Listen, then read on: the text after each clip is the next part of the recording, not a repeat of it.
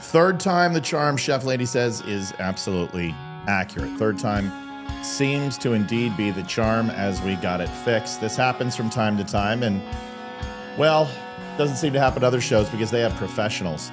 Welcome to the Don't Unfriend Me show with the new improved set. Amy is in the house for the first time ever. Welcome, Amy. Hi, guys. So excited to be here. This is awesome. Great set. You might want to turn that and get that up just a bit higher. There you go. There we go. Try it one more time. Testing. So happy to be here, guys. Perfect. Yeah. Sounds good. Music's coming in a little bit hot. Olivia? Hi. What do you think of the new set, new and improved? It's awesome. Getting used to everything. I had some time to come home from work and start kind of going through everything. Got my notes transferred over, so I am good to go. I just have one question. Since the tip bar's not working, am I still putting stuff into Streamlabs? Yes. Okay, thank you. Yeah, because that'll pop up and give everyone the recognition they deserve. Folks, you're going to see some changes tonight. We have Barry Morgenstein in the house, which we're very excited about. Everyone should be very, very happy because the changes that were already going to take place from last night have happened now. We've got the wide angle a little bit closer. We fixed some of the lighting like I promised. We got the signs updated for you, all of that, a whole bunch of new stuff. We hope you enjoy it. Let's get some numbers going. Let's get some people out there. Amy, this is your first chance of seeing how this works in real time. What thoughts? Like sensory overload, to be honest. I'm like, I don't know where to look. I don't know what to do with my hands. I'm so excited to see the chat, though, because I could never see like the full chat before. I know. Isn't this great, though? I mean, amazing. can you believe all? I know. Isn't it cool? All right. That's Well, awesome. we'll get going. Barry Morgenstein in the house, folks.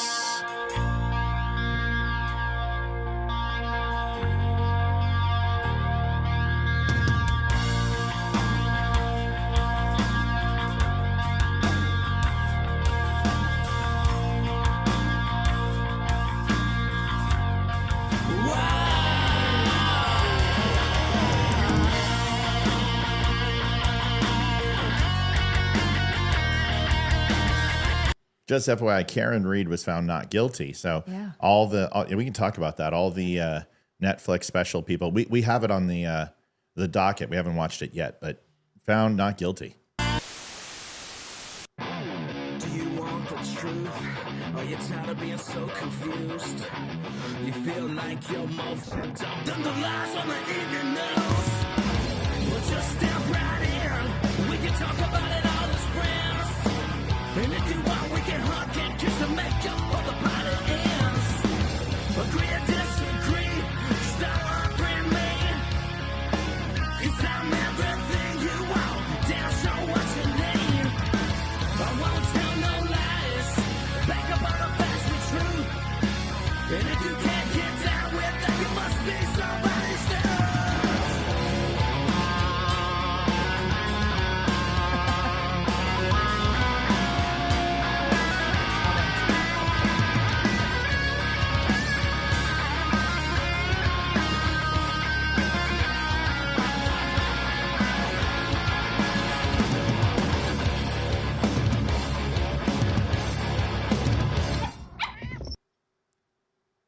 Hey guys, Barry Morgenstein, America's headshot photographer, coming to you from my New York City studio. Great friend of the Dumb Show. It is now time to put down the camera because it's almost 7 p.m. and I'm gonna watch the coolest, the most real and raw show on the internet. It's on every night, 7 p.m. Eastern Standard Time with the coolest guys, Matt, Olivia, Leroy, and Amy.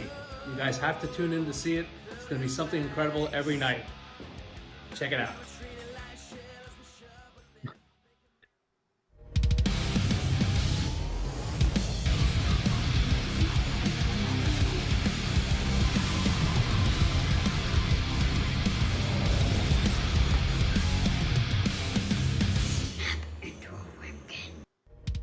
Adjusting transmitter output. Just gonna let you do that.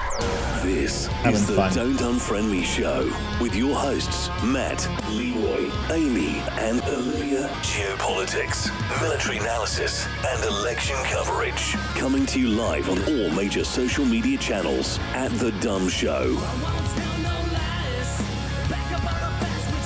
Honest, direct, unfiltered. We can agree, we can disagree. Just don't unfriend me. Welcome to the Don't Unfriend Me show. Tonight, Barry Morgenstein will be with us. It is going to be a great time. I hope you guys like the new set. It feels much better than yesterday because we got everything done. Even finding a headphone adapter that we couldn't find at the end, and Amy almost wasn't able to have her headphones. Olivia has a window open. Shoot. I muted Let's see if she does it. Let's see if she can figure it out.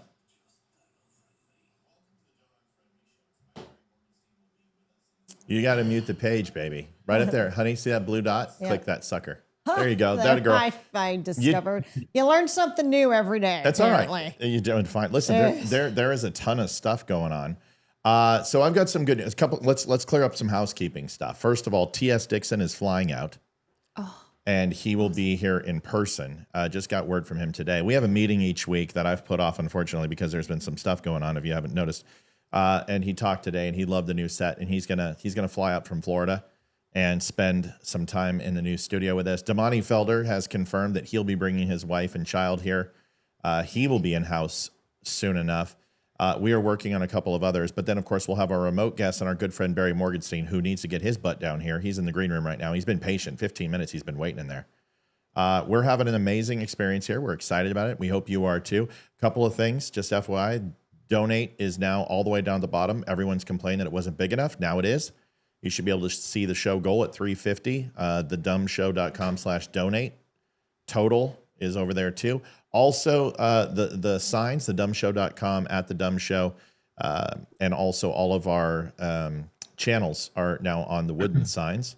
And if you're looking for your like, shares, and follows, it's going to be moving to my left and be where the pink cup is because I can't see it with my camera there, and neither can Amy. Other than that, not much else has changed with the set except some exceptional. We're excited to get you going. With no further ado, I've just got actually some further ado. One more thing. We wanted to show you this, and Barry's on the phone, and he has such a huge piece of this that we can't thank him enough because he introduced us to a whole bunch of people that came on the show, and it was such a great event. And we've decided to commemorate it. This is just a plastic version with metal over the top. But the official plaque that's going to be when you enter the studio is going to go on the door with the name of every single person who donated and supported the show. And this will be actually cast in bronze. It'll look like the Pass and Stow bell. It'll have that murky black around the letters, and it's beautiful. It's actually at a foundry right now, being cast, melted, and made. So that's from. I'm getting there. You're doing fine, I baby. have to remute everything. Baby, you're okay. You're doing fine. That's why I didn't pump it through the show. So it's okay. Don't worry about it. You're doing great. So anyway, that is going to go on the door. So that's the first thing. And then I listen. There's so many names that we could have named the studio after. I think Amy and Olivia and Leroy all agree. And it just, the night that we hit it and Chuck came out, it just felt right to do it. But then you start thinking about it. And you go, well, what about all the other people who've helped? So we worked on something, and we have a way that we're going to recognize them. Olivia, do you want to let people in on the secret? Because I know I made sure a couple people were on so they could see this. I gotta go through. Baby, you're fine. Why are you apologizing? I'm not. You're doing great. So I used to have them muted. I know. Would you like to tell everybody what we're going to be doing for people who have donated over time so they can feel appreciated? Go ahead. So we talked to the trophy shop that is making the plaque. Placus. And that's another story.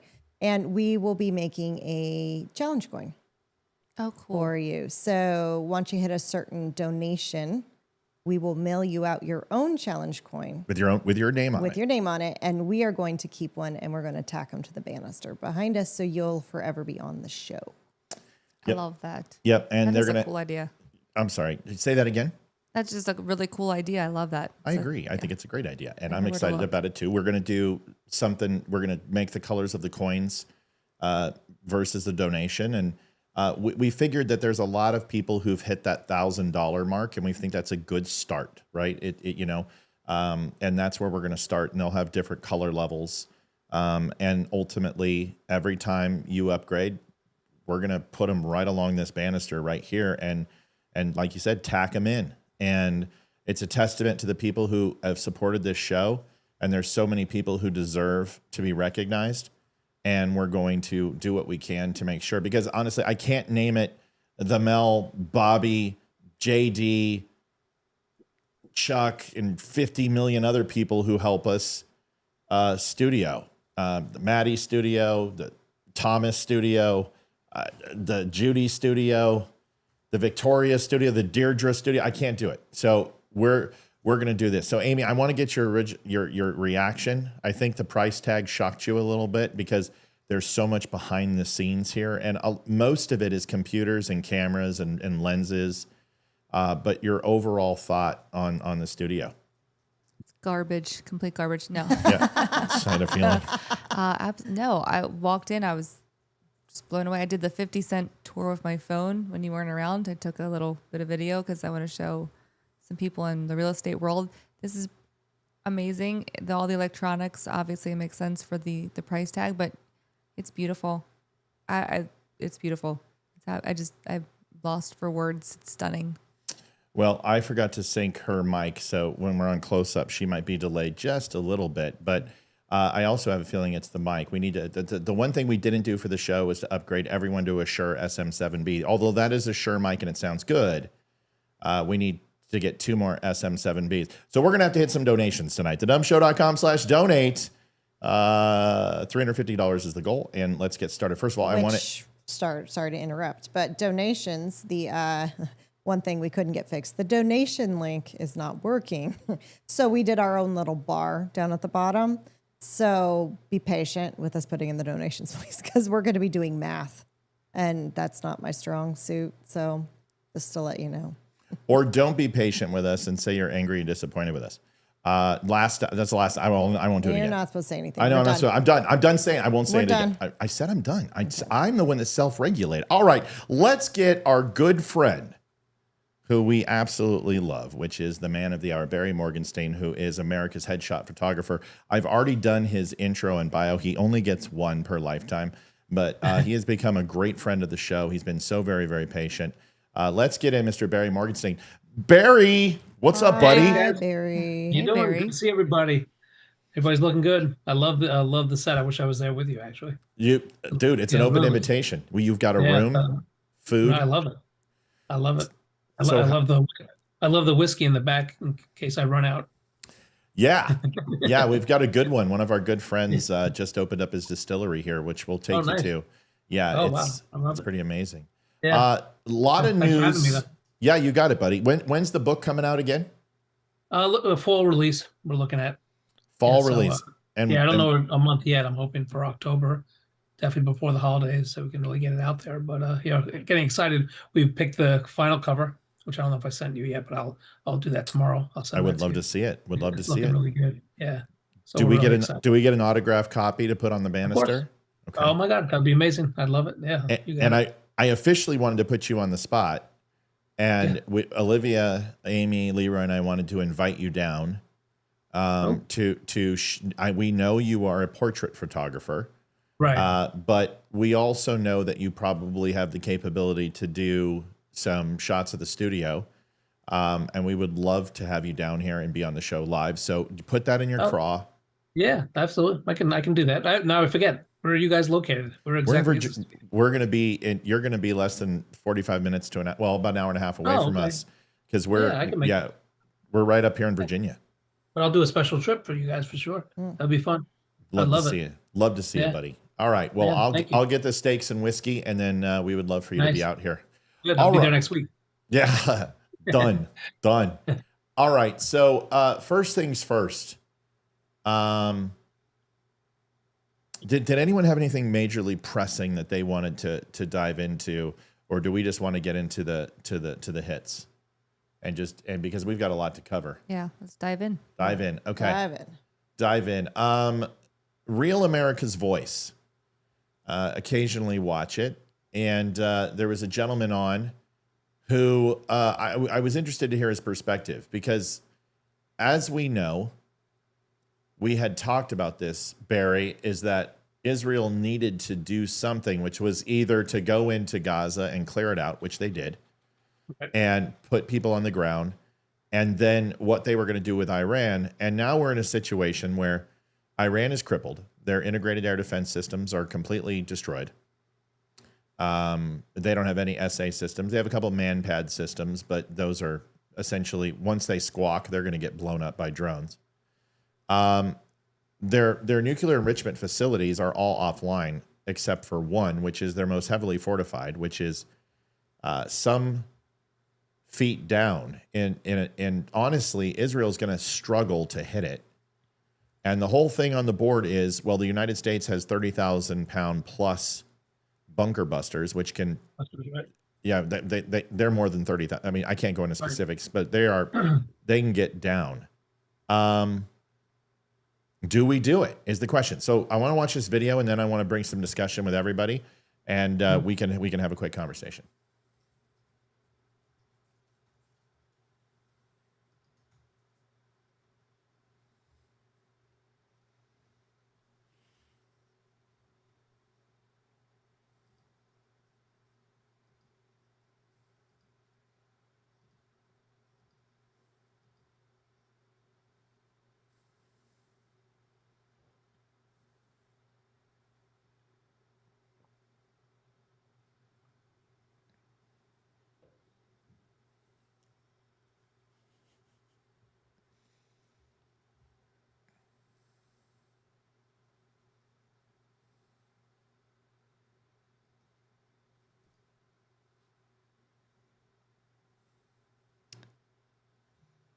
Saying no sound on the video.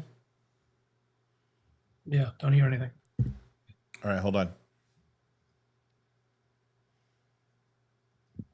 Written product prepared by all the intelligence Anybody? agencies. It's her job Now, as yes. DCI to read the thing Now, to yes. Congress. Okay, let me fix She's it. not the one out collecting that intelligence on the ground. But the point is, CIA, DIA, Sorry, guys. NSA, Little bit of everybody bugs. We're else gonna in have the 'em. entire intelligence community. Let's start their this joint over. product, their formal written Fattest. So I wanted you to see that from a visual perspective before we entered audio, so you could watch the pantomimes of the people to see if they were telling the truth.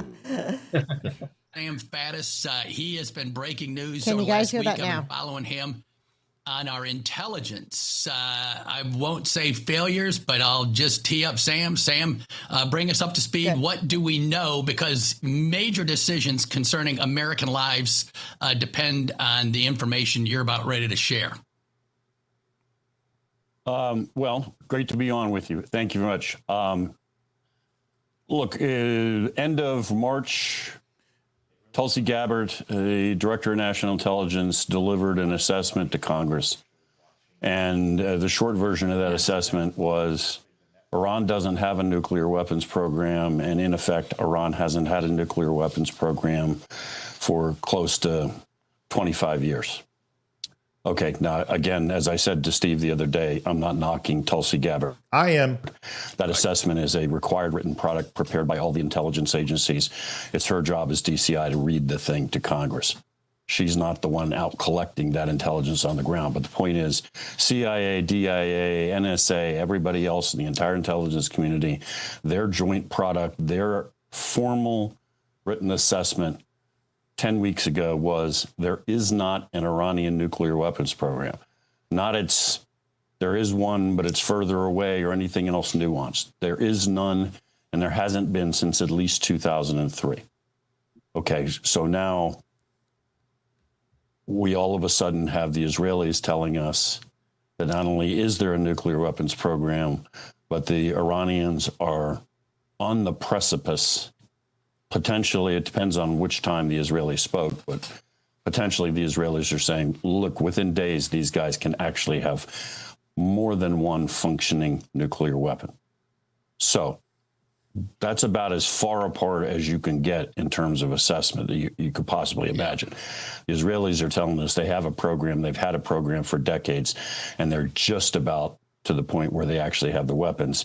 And we're saying there is no program at all. Now, Natanz somebody's wrong, is done, obviously. and Fordow is also one of the facilities. And I'm trying to change this map. But the one in question that we struggle with is Boucher, which is a larger style. Bobby Richardson, 2110, thank you. Just to start, love you all. Thank you, Bobby. Thank you. Thank you, Bobby. So it comes down. I'm going first just because I don't want to do I told you so. Because that would be wrong, right, Amy? Right. We don't do that. But I told you so that about Tulsi Gabbard. Beautiful, smart, accomplished, and the debate prep for Donald Trump versus Kamala Harris should have told us all we needed to know about her efficacy and effectiveness at what she does. I thought it was a bad choice. I told you she's a lifelong Democrat. She was a globalist. And just because she's nice and just because she talks to Tucker Carlson and just because she says I'm no longer a Democrat does not make her a conservative, because she's not. She's nothing of the sort. What do you guys think? I mean, do we put boots on the ground? Do we send in B-2s and hammer the living crap out of this and then hit the remaining any type of anti-ship surface missiles that they would have? Or do we just continue to proxy Israel? Or do we stand pat and do nothing? Barry, you start because you're Jewish. And you probably have some skin in this game that the three of us, well, two of us and one of us used to, but doesn't anymore. What are your thoughts? I would hope for no boots on the ground. I love that we support Israel 100%. I think they're pretty much handling it themselves, but like you said, they can't get down to those the nuclear facility that's really deep down. So I don't know what the big deal would be if we sent the what do they call the bunker buster? Bunker busters, yeah. So if we sent those and we're not putting any of our guys in harm's way, then why not? Iran not having nuclear weapons is good for Israel. It's good for the United States. It's good for both of us. Yeah. So if we have to do what we have to do, I mean, I'm not buying into this. A lot of the people were saying, "Oh, Trump's going against what we elected him for. No wars. He's not not looking to have a long Iraq war." It's like you see those memes where Trump is now being morphed into George W. Bush. It's like, right, which is just calm down, everybody. Yeah. That's not what's going to happen here. He's not going to let that happen. I think between Israel and us, we can take care. I mean, Israel's already demolished so much, and I mean, the first night, look at what they did. So right. I just don't think it's going to drag on long. I think we can handle Iran pretty easily. I don't think we'd have to send troops, and I hope I don't want to. Yeah. Olivia, I do think it is both of our problems. I mean, maybe it's them having a nuclear. They're going to hit Israel, and they would hit us too. There's no question about it. It's not just Israel. Right. So, it's not a zero-sum game here. Amy, your thoughts on this in the sense of what do you want to see happen? You've been through a few of these conflicts. You've seen the repetition of this before. I mean, weapons of mass destruction must come to mind. Yeah. Yeah. I mean, they've been telling us this for 20 years, I feel like, that Iran is on, like, they can build a nuclear weapon within a few days. I feel like we've been hearing this for literally 20 years since I started getting into politics. So we have heard it for a long time. I agree. I think the United States should support Israel. I think Iran or any terrorist country should not be afforded the opportunity to make or manufacture any parts of a nuclear weapon at all. It's not good for anyone in the entire world. So I totally support Israel and what they're doing. Do I want the United States to necessarily get involved? Not really. I mean, I don't want, It's just hard. I have little kids, man. Just want them to have like a peaceful world. Can we just all get along? Yeah. I happen to agree with that completely. Liv, would you mind doing me a favor? Just turning down the fan, the floor fan to yes, to 6 or 7 because Showtime forgot to turn it down. It doesn't get hot in here. It's nice and chilly and cool. But we have a fan that helps with the AC and blows it all over the place just in case. But with all these electronic and lights, it should be steaming in here. And luckily we vented it properly. So we're excited. Liv, Yes. you've got a perspective, I'm sure. I mean, you've got Iranians that shout death to America. And I want to be clear, it's not that Iran is a bad place, because most Iranians don't hate Americans. They hate Americans because the Ayatollah, the Shah, and the clerics. It's a bad regime. And if you don't do those things, you wake up with your throat cut, or you're thrown in some sort of cell, or you get hung for that. And I think people need to understand that not all Iranians are bad people, just like all people in Gaza aren't bad people, just 91% of all adults who want to kill Jews. But it's not everybody. And Iran used to be a very peaceful country. And the English, of course, because the English screw up everything. This is why I despise the English and the Brits. But they really leveraged the United States in the 50s to start waging war with Iran. And because the diplomatic relations that England had, they didn't want to lose face.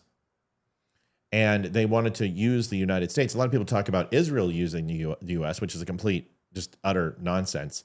But if we should have anyone who we kind of look at, it's the English, who've used the United States in so many different ways to do their bidding. And this is what happened. Iran is a time capsule.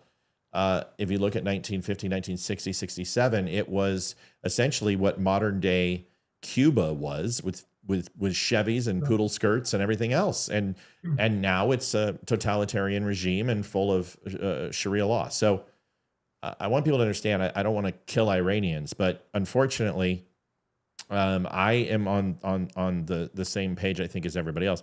Olivia, your thoughts on this, and where do we go from here? For starters, could you please put 2110 on the total for the goal? Yes, I will do that. Thank you, love. I've been a firm believer that the United States needs to stop being the world's police for a long time. Why do we constantly have to get involved in everyone's stuff? We just need to stop. There's really no point. I can understand supporting a country from afar if we're an ally and their survival is a good thing for us. But if it's not, why do we have to get involved? So I'm completely against putting boots on the ground. Yeah, we can support Israel from afar, but why do we need to send Americans over there to die for that cause? And I mean, I'm totally for Israel, and they have 100% right to defend themselves, and that's great. But why do Americans have to go over there? Yeah, I think that's the whole point, is Trump doesn't want to put boots on the ground. I don't think anyone wants boots on the ground. I think Trump went into the Situation Room. Tulsi Gabbard was not invited. Now, Tulsi Gabbard, now I want to be clear. Now, listen, I want to be clear, because we don't give fake news here. Tulsi Gabbard was in a National Guard call-up, and she's on duty, but she wasn't even asked. And that's firsthand account. I have that from an impeachable source. And I won't say anonymous source, but I'm just telling you an impeachable source that Tulsi was not invited.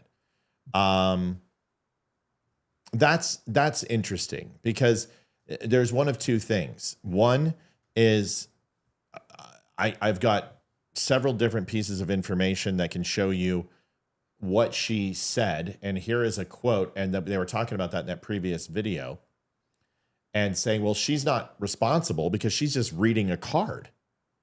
Well, that's not the way this works, right? It says the United States intelligence community continues to assess that Iran is not building a nuclear weapon, and Supreme Leader Khomeini, which is correct. It's not Khomeini anymore. It's Khomeini. And it sounds similar, but it's an AH versus a KHO. So it's not spelled correctly, but it doesn't matter. Whoever put this out, and that just shows you that this National Intelligence Office has some English lessons to take.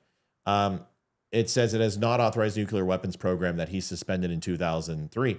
And the interesting part of this, folks, is it's not like this is some memo. This is the letterhead of Tulsi Gabbard. It's directly out of her office. That's damning. You're putting your signature, your auto pen, by the way, that's auto pen. That's not a real signature. So nobody cares about that, just when Joe Biden does it, and they should, because we saw what happened. But that's interesting, because I also have a video here that was just done a few days ago, which can add a little bit of context to what we're talking about. Let's watch that, Cyber and then we'll come back.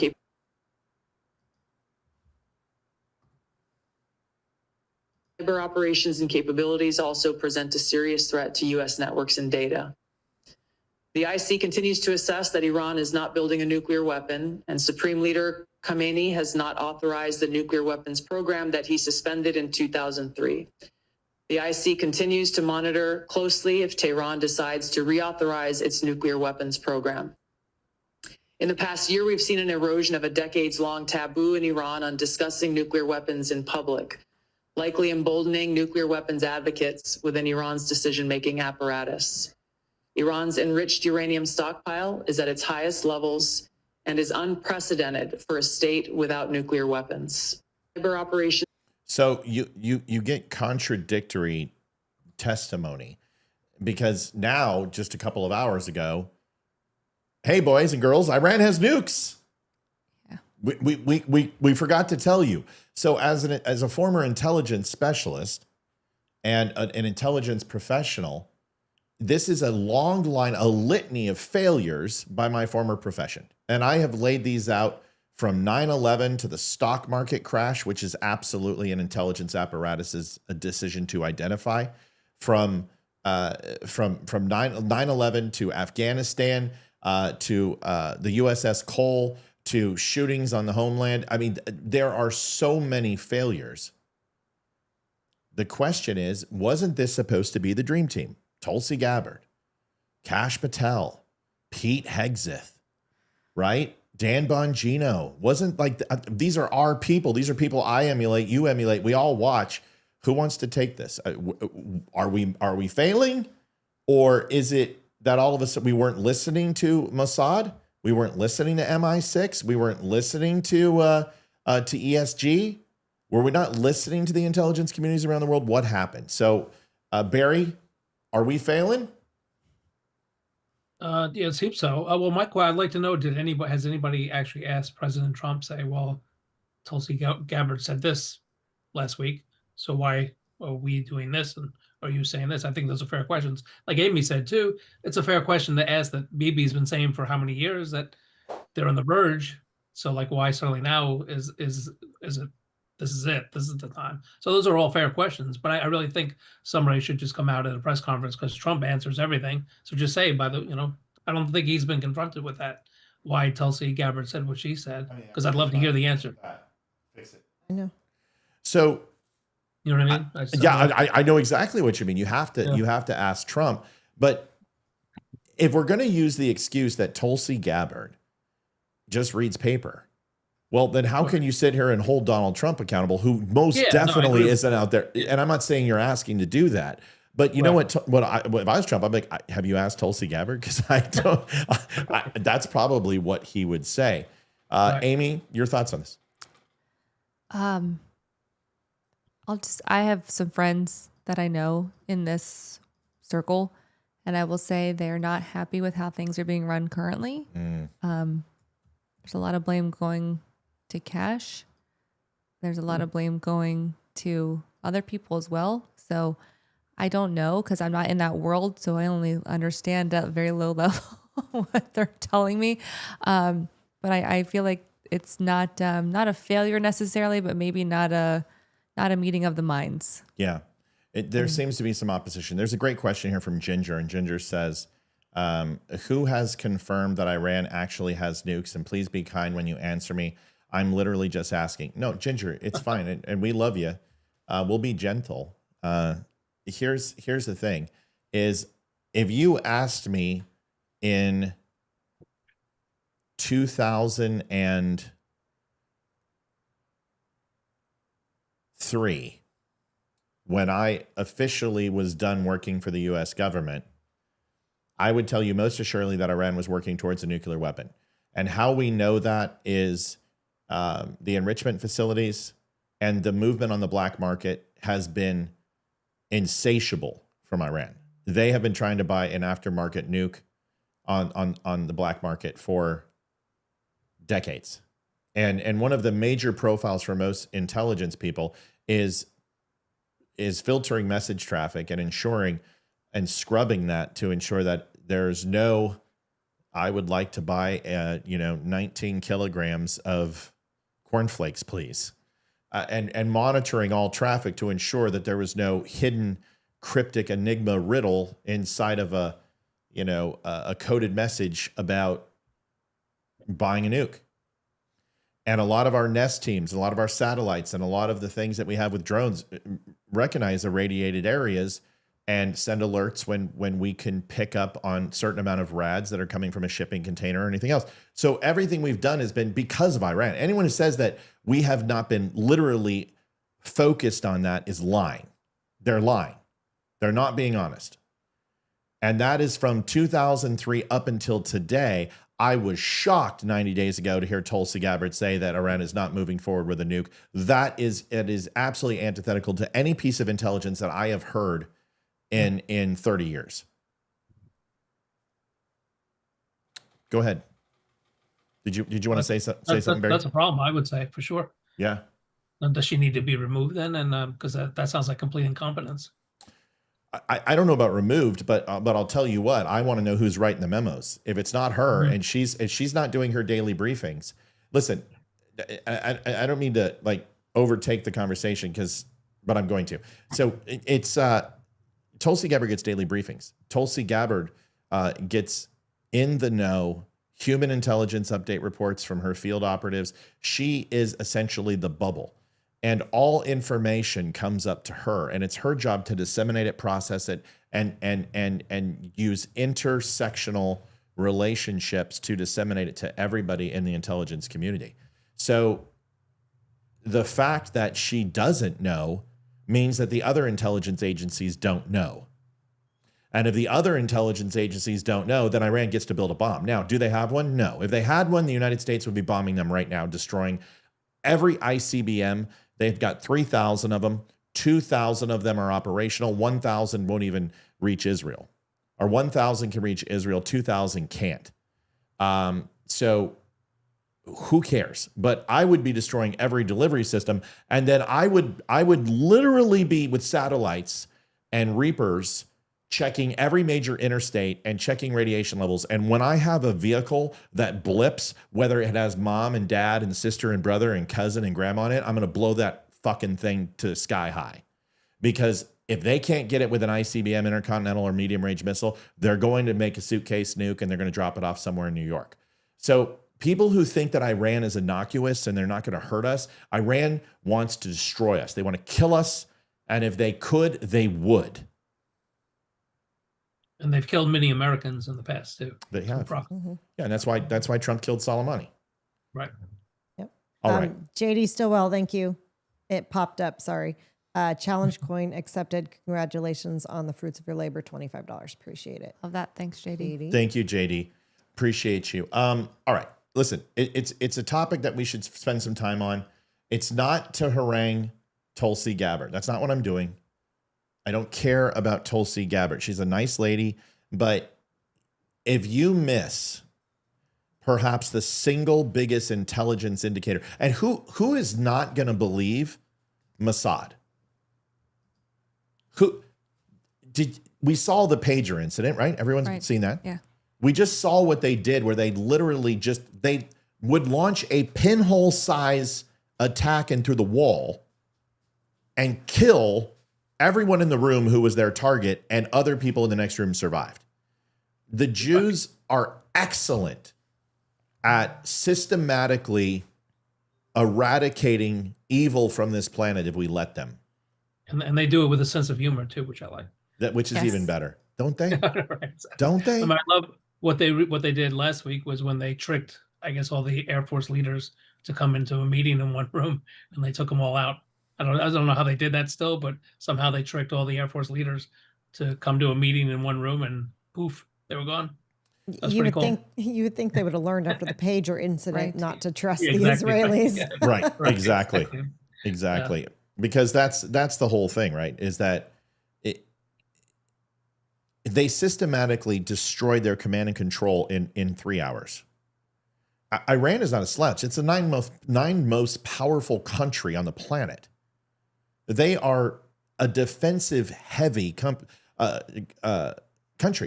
And I've always told you, Iran, to get into Iran is when I was in, was 70 to 80% attrition of our first wave of Air Force. Now, technology has surpassed their older missile systems. But back in 95 to 2001, Iran was the #1 integrated air defense system country on the planet. You couldn't get it. I mean, it was tighter than a preacher's butthole.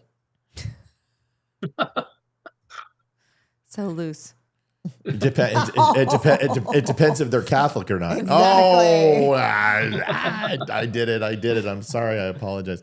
Oh yeah, I got to do this. All right. So sorry. You've got the soundboard back. Well, your soundboard's going to be installed tomorrow. So one thing I didn't finish. All right. So it comes down to this. We all agree, right? Hit them with B2s, no boots on the ground. Give financial and weapon support. And take Iran down a peg or two, because all these people are like, the Iranians never hurt us. You have no idea what you're talking about. It actually goes back to the point you made earlier, which I wanted to touch on too. Was you're right. The Iranian people. I don't think the Iranian people. They're not like, I hate to say, like the Palestinians. Palestinians mostly agree with Hamas. Iranian people are good people. A lot of them are good people. Yeah. And they want this regime out. I know. I have friends and a family there too. I've met a lot of Iranians. They're just like good people, and they were just taken over by this horrible government. And I've seen video of them cheering for what Israel's doing too, if that's real video that I've seen. But I mean, I think so. The point, we don't want to go in and have a lot of innocent lives taken. We want to go in, take care of the leadership, and hopefully this is their opportunity. Like Netanyahu said too, this is your moment. Well, and let's remember, United Arab Emirates, Egypt, Jordan, Saudi Arabia, Qatar, nobody's saying, Russia, nobody's saying anything. Everyone's like, Iran is like, we need some help. Could somebody on the national stage help us? And people are like, nobody's home. It's true, right? Because they're sick of Iran too. And same thing with North Korea. This is why the Chinese slapped North Korea down. They're like, listen, you're screwing up our global domination from an economic perspective. Knock it off. We don't want, China doesn't want war with the world. They just want to be economically superior to everybody. That's what they want. They don't want to kill everybody. That's not their goal. So we all agree, Iran, let's sit on this. Donald Trump has a tough decision. I like, show of hands. Who supports Donald Trump in his decision, whether to support this or not? Raise your hand. Yeah. Has he given us any reason? I trust Trump.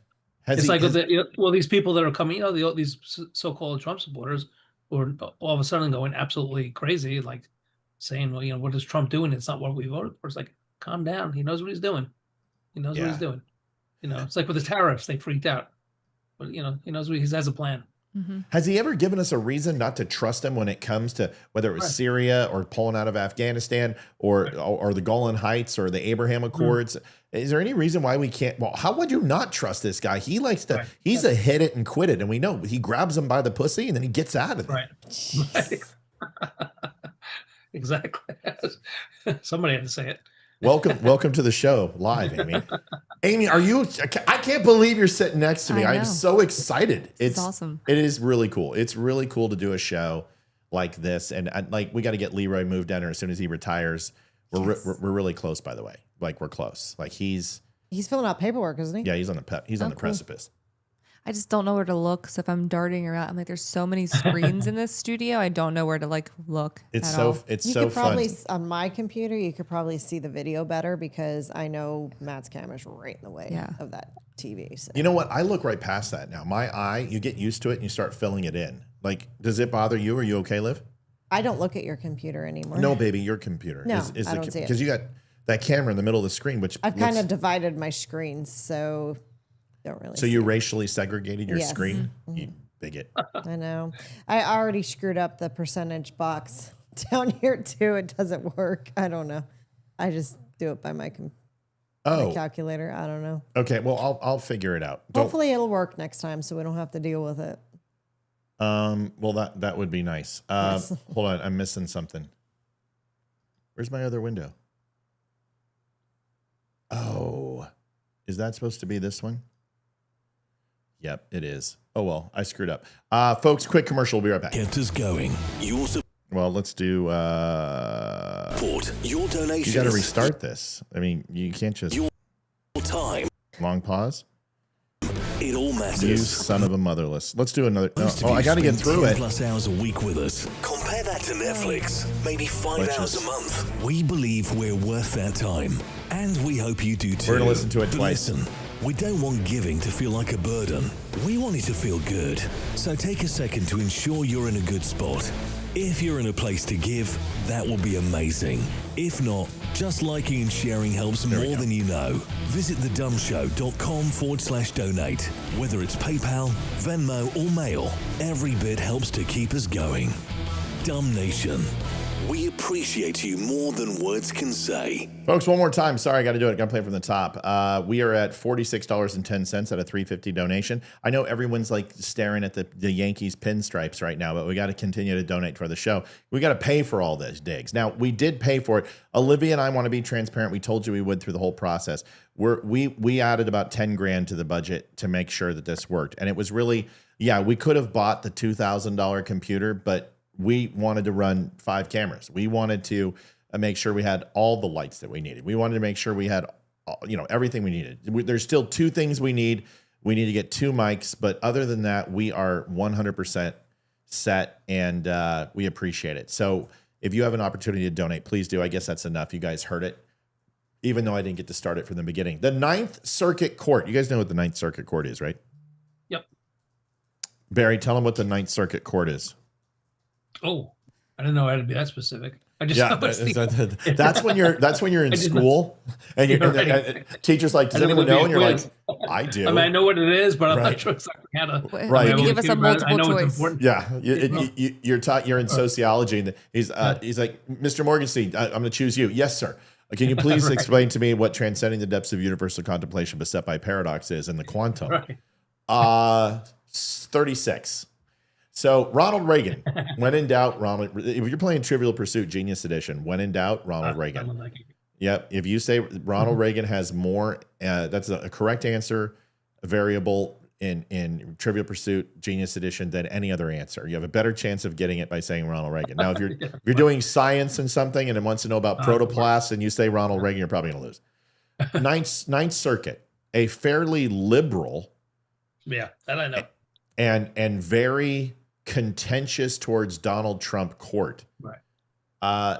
They just lit up Gavin Newsom.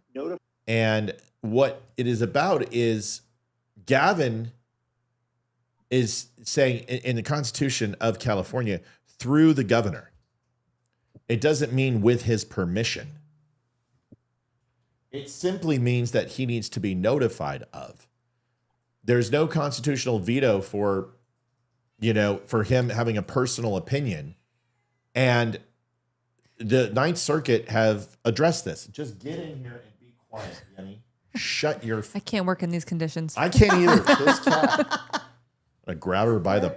I'm going to Donald Trump her if she keeps it up. Come on, kitty. All right, so let's watch this and listen to this because it's quite good. And this can help us understand that we may not like these judges, but I think judges are getting damn sick of politicians too. Take a listen. We think that issuance to the governor requires notifying the governor of the federalization decision and asking him to issue it, which would give the governor a chance to at least consult on the scope of the president. So where does the statute say that issuing it through the governor requires either the governor's consent or requires consultation with the governor? Where in the text do you take that from? Your Honor, we take it from the plain meaning of through the governor. So that's the first step. What does it mean to be issued through the governor? For the governor to issue it, we think at a minimum that means that the governor needs to be informed of it and given the chance to issue it. Go ahead, Judge Miller. What is your understanding of how it's supposed to work? So if the president, I guess, or the Secretary of Defense, writes up the order, sends it to the governor. If the governor then, looks at it, says, this is interesting, sticks it in his drawer, and goes out to lunch, what happens then? Your Honor,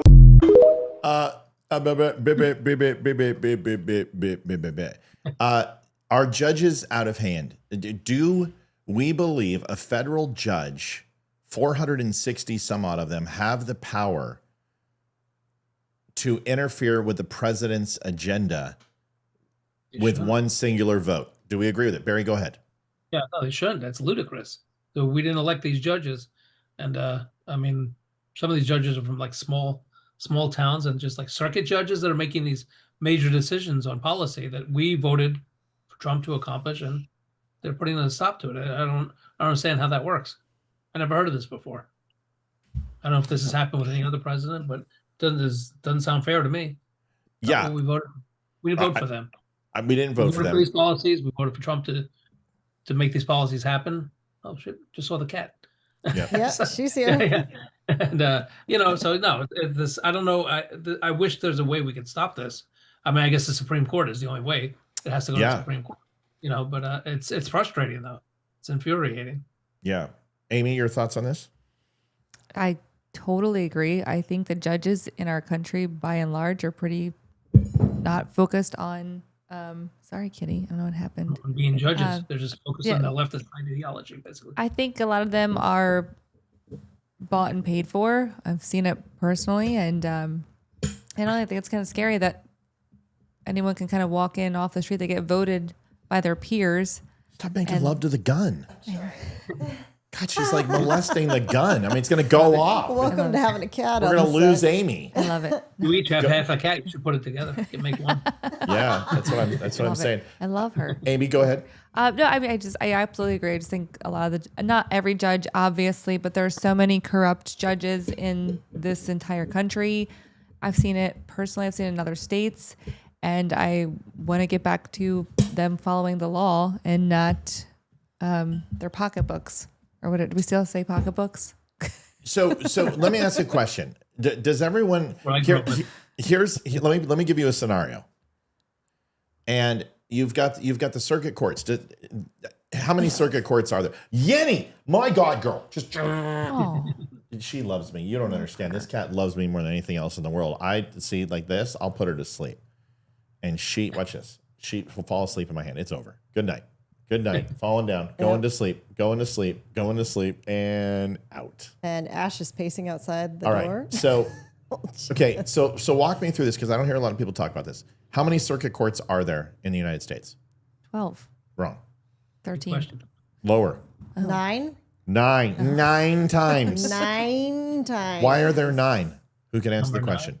Why because are there there's 9 Supreme Justices. Yes, and those Supreme Justices are in charge of those districts or regions. Yes. So a district is made up of 3, 4, 5 states based upon the population. And when we are out of session, SCOTUS is out of session, their job is to oversee those cases and to be aware of their state's cases so they can bring it to the Supreme Court and put it on the docket. That's why you'll see judges recuse themselves from certain cases because they are the ones who brought it to the SCOTUS.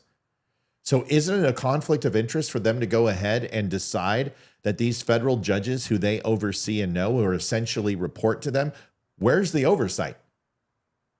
If they're watching the president, which is fine, the checks and balances, we all understand. Senate controls overall veto power and has the ability to go ahead and rescind.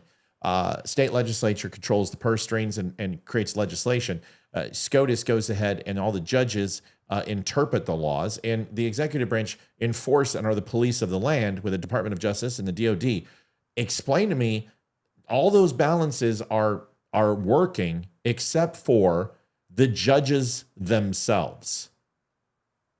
How is that fair? Olivia, tell us. It's not fair that these judges get to make these decisions. It really isn't. They need to stick to their district and overseeing their cases and stop interfering in the president's business. And that's what I think. Yeah. Ames, you said a yeah. Any other thoughts? No, I disagree. I think judges do have a tremendous amount of power, and I think we're just not closely monitoring them enough. I mean, we had the judge who helped an illegal immigrant sneak out the back door. I mean, I know. ludicrous to me. Insanity. I've seen a lot. It seems like a lot's happening lately, especially. So I don't know. I think they have. I don't want to say they have too much power. They should get to have power, but they need to have more discretion, or we need to be doing better putting people in this position. It's almost like a tribunal. Barry, It'd be nice if the judges don't break the laws. That's one thing. Yeah. well, that's the thing is if they decide what the law is, how do we know that they are truly executing the law of the land with a clear and judicial jurist mindset? Because if everything Trump says is struck down by the same federal judges in Democratic cities, then it's not the law, it's political opinion. And why should they have political opinion? Because Donald Trump has political opinion too and says, hey, I think the Constitution says this, and the legal offices of the White House counsel says the same thing. So why do these judges who use their political opinion circumvent Donald Trump? Barry, go ahead. Well, that's what the left does. They're lawless. They don't give a damn about the law. Apparently, they just do it as much as they can get away with. They're going to just do it and continue to, go against Trump, go against his policies, go against conservatives, and the values that we want. That they just don't like it, so they're going to push it. I guess for 4 years they got away with doing what they wanted without any punishment, and so now they're going to push it. And now they're finding, you're not going to get away with it.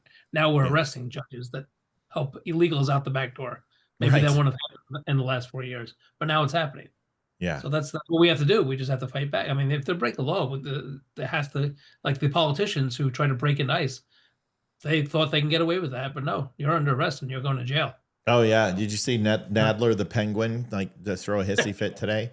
Finally, a donation. Oh my gosh, geez, people remembered. Joanne Townsend donated $10. Thank you, Joanne. We appreciate it. I will update the coffers.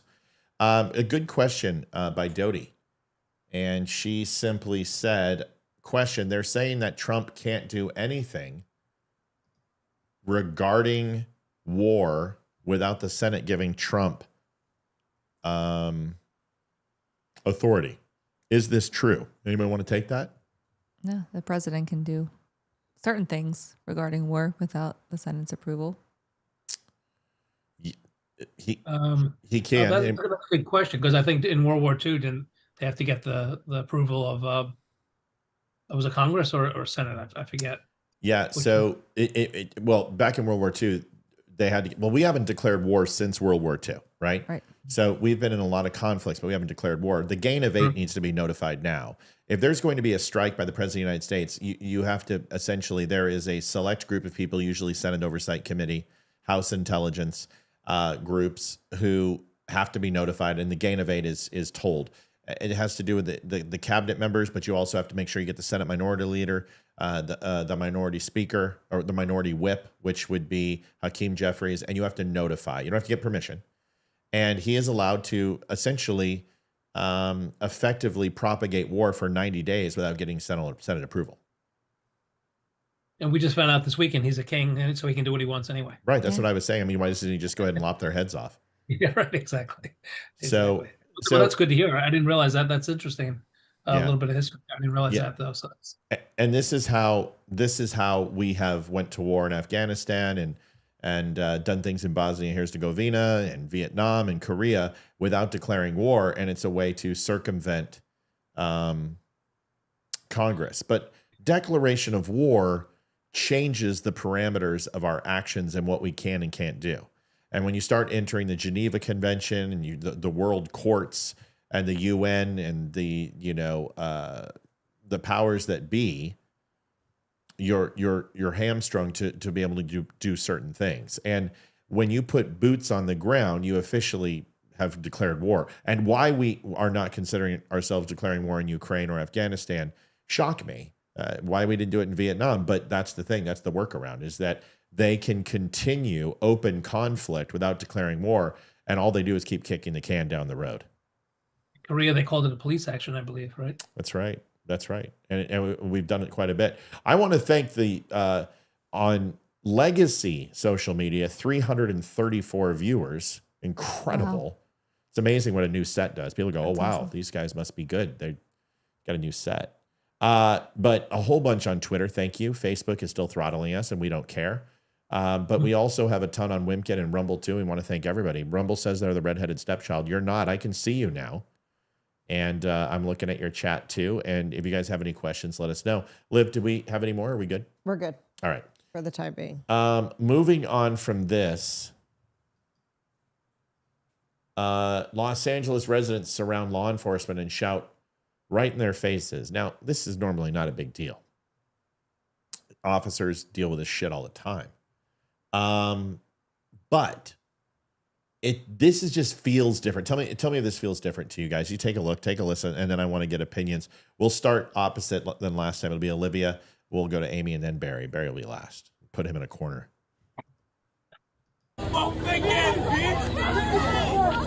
Oh, there is some language here. So I know most of you have, are adults, but if you have any children watching, you might want to pull them out of the room.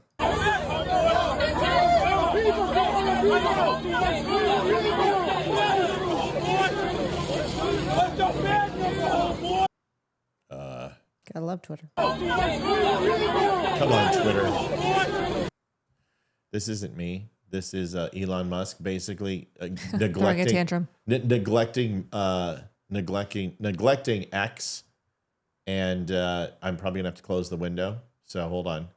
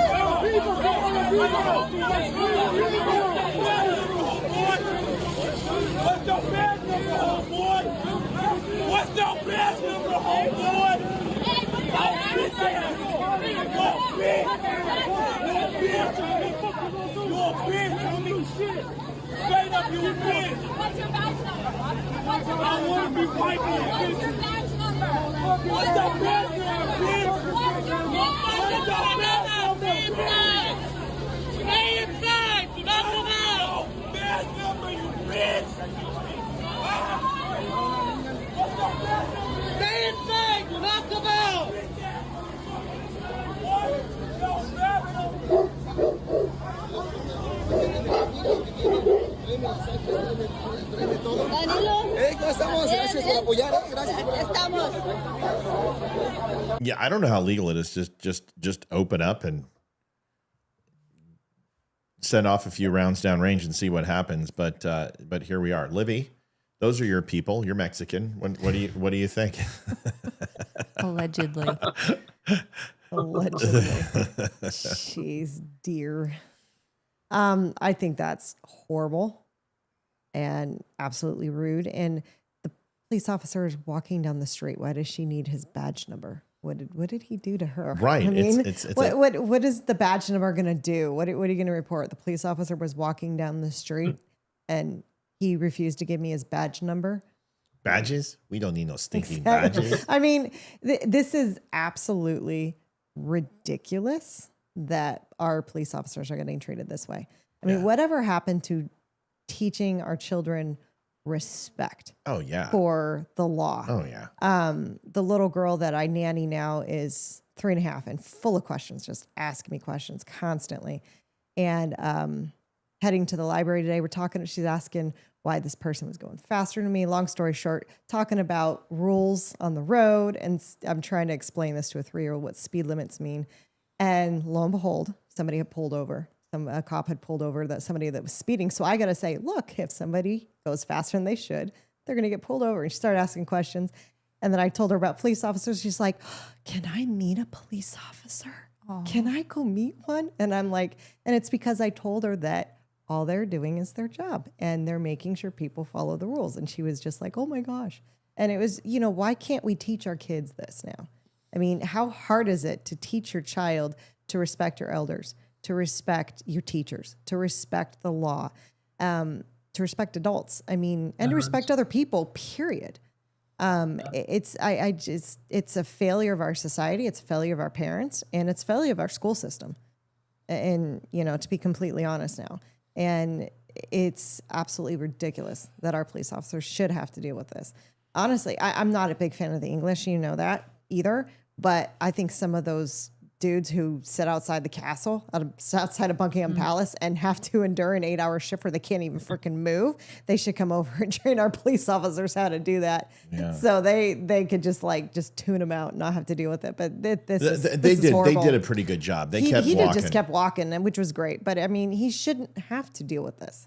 This is stupid. It is stupid. And people have been asking, Matt, what does it look like? What are the hosts seeing?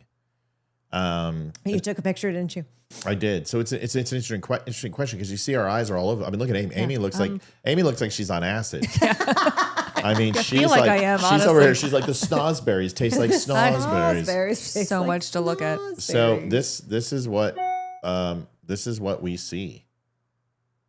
So it's more confusing than that, though. Yeah, but it's pretty intense. So. Yeah. Yeah, I've got 1, 2, 3, 4. I've got 6 windows open on one computer and 4 on the other. And this computer is it's not even, we can't even hear it. I mean, which is ridiculous. Running 5 cameras in 4K, full audio, all these windows. The only reason why Amy's lagging, it's really simple, is that I have not synced her microphone into the process. And what's really cool, just segue, is that this computer can record every single camera independently, including Barry's. So I can have whatever you're doing. I have it, whether we're on or not. So you better be careful because I'm going to be going back through these. Sandra Edwards, $5.65. Yeah, I know, but you didn't change the total. I haven't yet. You got to do that right away so I can just do it. $5.65 from Sandra Edwards as Olivia goes in and changes the total. I can do math. I know it's $61.75, but I just want her to do it just for the sake of she's been working on her math. Horrible. Thank you, Sandra. Folks, for as far as donations, $350. We'll be right back. Quick break, and then we'll be right back momentarily. The Dumb Store is veteran-owned with a 5-star diamond rating for service and satisfaction. We offer quality products like coffee, shirts, hoodies, and hats, all made by veterans. Shop with confidence, backed by hundreds of 5-star reviews. Use code DUMB10 to save 10%. Visit thedumbshow.com today. Thank you for your support. So, the Democrats are broke. Go figure. And when I say broke, I mean broke and bedlam. I mean, Barry, I don't know if you've been sending in your donations to the DNC lately, but they're hurting pretty bad. No, I've just been sending them straight to the mental institution. Yeah, just burning it. Probably easier. Yeah. Here's the video. Harris Faulkner, who I just think is timeless. I love this lady. Is talking about how the DNC is considering borrowing money against operations. That's how bad this is. Listen up. Let me read for you the New York Times headline for all of this.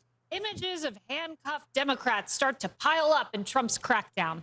I'd love to have a beer when I'm no longer pregnant with the headline writer and sit down and be like, really? That's your headline? Like Trump's arresting Democrats? The headline should be... Sorry, Ginger, this is the first time Amy has ever been in the same room with us when it comes to the show. Yeah, well, except for the one when Leroy was here, but that was that's it. No, Amy is always in her home. So this is the first time we've all been together, like in this setting that wasn't, a special show. So this is great. She gets to be here live now because she just lives up the road. And it was kind of funny. I called her yesterday and I'm like, by the way, with the new set, we would really love to have you. And I was just thinking, wouldn't that be great? And she's like, I thought that was the point all along. And I'm like, it was. I just forgot. No, I just didn't think of it, right? And you didn't think of so it's wonderful to have her. So I'm like, I want to invite you. And she's like, I was planning on coming anyway. It's like, I'm going to be there. Anyway, here's the rest of the video. Attention-seeking Democrats engage in stunts and tomfoolery. Brad Lander accused of assaulting a federal officer. You have that Monica McIver down in Newark, and she's facing charges now, forcibly impeding federal officers. They'll all have their days in court. But what do Brad Lander, LaMonica McIver, Roz Baraka, and Sri Thanadar, he's the guy with the floppy hair accused of animal rights activist issues who tried to impeach Trump. What do they all have in common? No one knows who they are. This is all about getting attention. This is all about stunts. They all have their TV moment. Look at them. Congrats, guys. And you got a good New York Times headline out of it. But after that beer, maybe no longer. Well, they're very thirsty, so you'll have to share that beer. Okay. Emily. Yeah, you know, I liken this to the streakers on the field, baseball games and NFL games, right? Where essentially it's for the street cred of their own, like, group of friends. But at the end of the day, we watch as they get tackled. The crowd cheers the security guy, and they usually get charged with a misdemeanor. So what we're seeing here is essentially this brownie points. They're all vying for the camera attention. They're taunting. We saw that from Gavin Newsom, too, right? There's no, this is no, what's the phrase? Like no equals among whatever.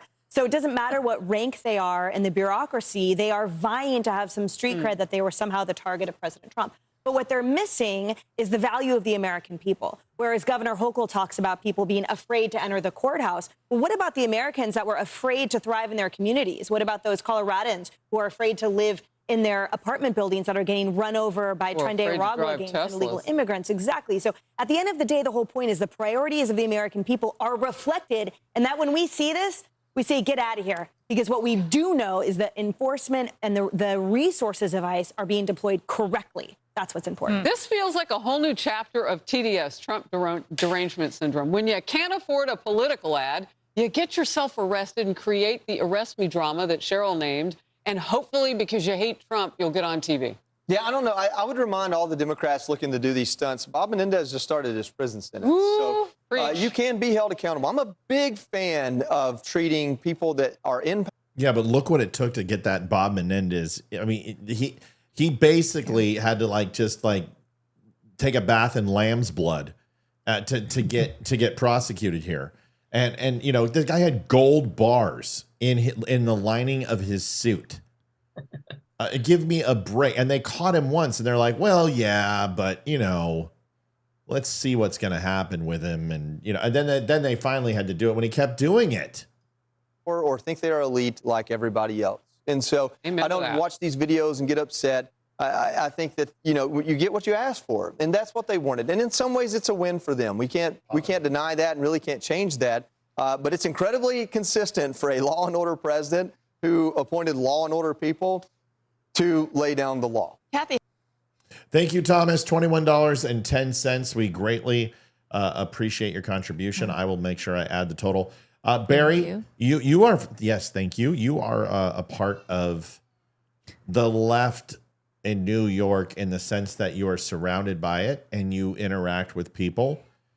Is this the worst you've ever seen the Democrat Party? Or as a former Democrat a long time ago, is this, I know, I'm sorry I brought it up. Is this completely foreign to what you grew up with? And do they have any chance of recovering? I mean, can they ever make it back from this? I don't think I've ever seen a political party this hated by not just the rest of America, but its own constituents. What do you think? Nothing like it is now. This is something totally new. Like my friend, radio host Chris Plant says, these are not liberals. This is the left. The left is in charge now. You know, there was a time when Democrats, they still loved America. You know, they were a little they had different maybe ways of thinking our country should go that disagreed with conservatives, but they still loved America. They didn't hate law enforcement. This is the complete Marxist to the left. This is something we've never seen. Nothing like this. I think it's so far gone from the 60s. I just don't think it's any close. I mean, these people are nuts. The politician, it's not just the Democrats, the politician, everybody who's in office. I can't think of one, except for maybe Fetterman, believe it or not, is the only normal Democrat that's out there as far as politicians go. The rest are the one is crazier than the next. I wouldn't even know who to pick as the craziest, the Marxist, the dumbest. I mean, one. I can name the dumbest. Who's the dumbest? AOC. Oh, by far. Do we all agree that AOC is the dumbest? Yes. I don't know if she's the dumbest. I mean, she made it into politics. She's the ditziest. There's a big difference. Yeah, but she's hot. That doesn't mean anything. Just because she's hot doesn't mean there's anything between her brains. What, Barry? Come on. I don't find her. I don't think she's attractive at all. I know everybody says she's so hot or whatever. I don't see it. Maybe because of her personality. Personality has a lot to do with. Look at your wife. That's why, because you've got perfection, and so do I. And So Yeah, does Jason. And we're kidding, but I still recognize that she's a pretty woman. You know what I mean? But she's dumb as dog shit. I mean, the moment she talked, I'd be like, I'm done. Are you sure? Yeah, there's not a chance now. You spoke. I told you, keep the gag in. I warned you. Well, it's like you said, I used to be a Democrat, and people say, well, what made you change? I said, well, the women were a lot prettier. So. Yeah. Yeah. Well, because we're not crazy. Yeah. Well, okay. Hold on. Now let's pull that back just a little bit and be a little bit more realistic. So, but yeah, no, they're just like they're this complete full blown Marxists now. And I don't know whether they can come. I hope they can't come back because I want them gone. But to me, it's disturbing because you say the Democrats are not getting a lot of. They're losing. Let me funding. read for you the New York Times headline for all of this. Images of handcuffed Democrats start to pile up in Trump's crackdown. I was like, it's not me. I didn't open a new page. Go ahead. Sorry. Yeah, I was going to say, but to see that whole mob of lunatics that were out, for this stupid No Kings March or whatever it was. I mean, that's all. It's frightening that there's that many Americans that are that stupid. Well, it's like a go freak ahead. show. Go ahead, Amy. I only saw like the local ones here, but the demographic was not what I expected. It was all like elderly people, and I was very confused by that. Like, first of all, go home. It's too like hot right now and humid for y'all to be outside. It was just interesting, the demographics that I saw. So Well, yeah, a lot of old white ladies that look like they just they're still dirty from Woodstock. I don't know. That's So, but why? What the hell's wrong with the elderly that they're still? I mean, is that really it that they've lost? Brian, thank you for donating Brian. 2110. Have they lost the youth? Because if they have, they're done. I mean, they are absolutely cooked. If they've lost their base, because let's face it, 18 to 32 is the Democrat sweet spot, and educated college kids. And if these kids are like, you know what? We don't like Trump, but we're just not going to vote for you.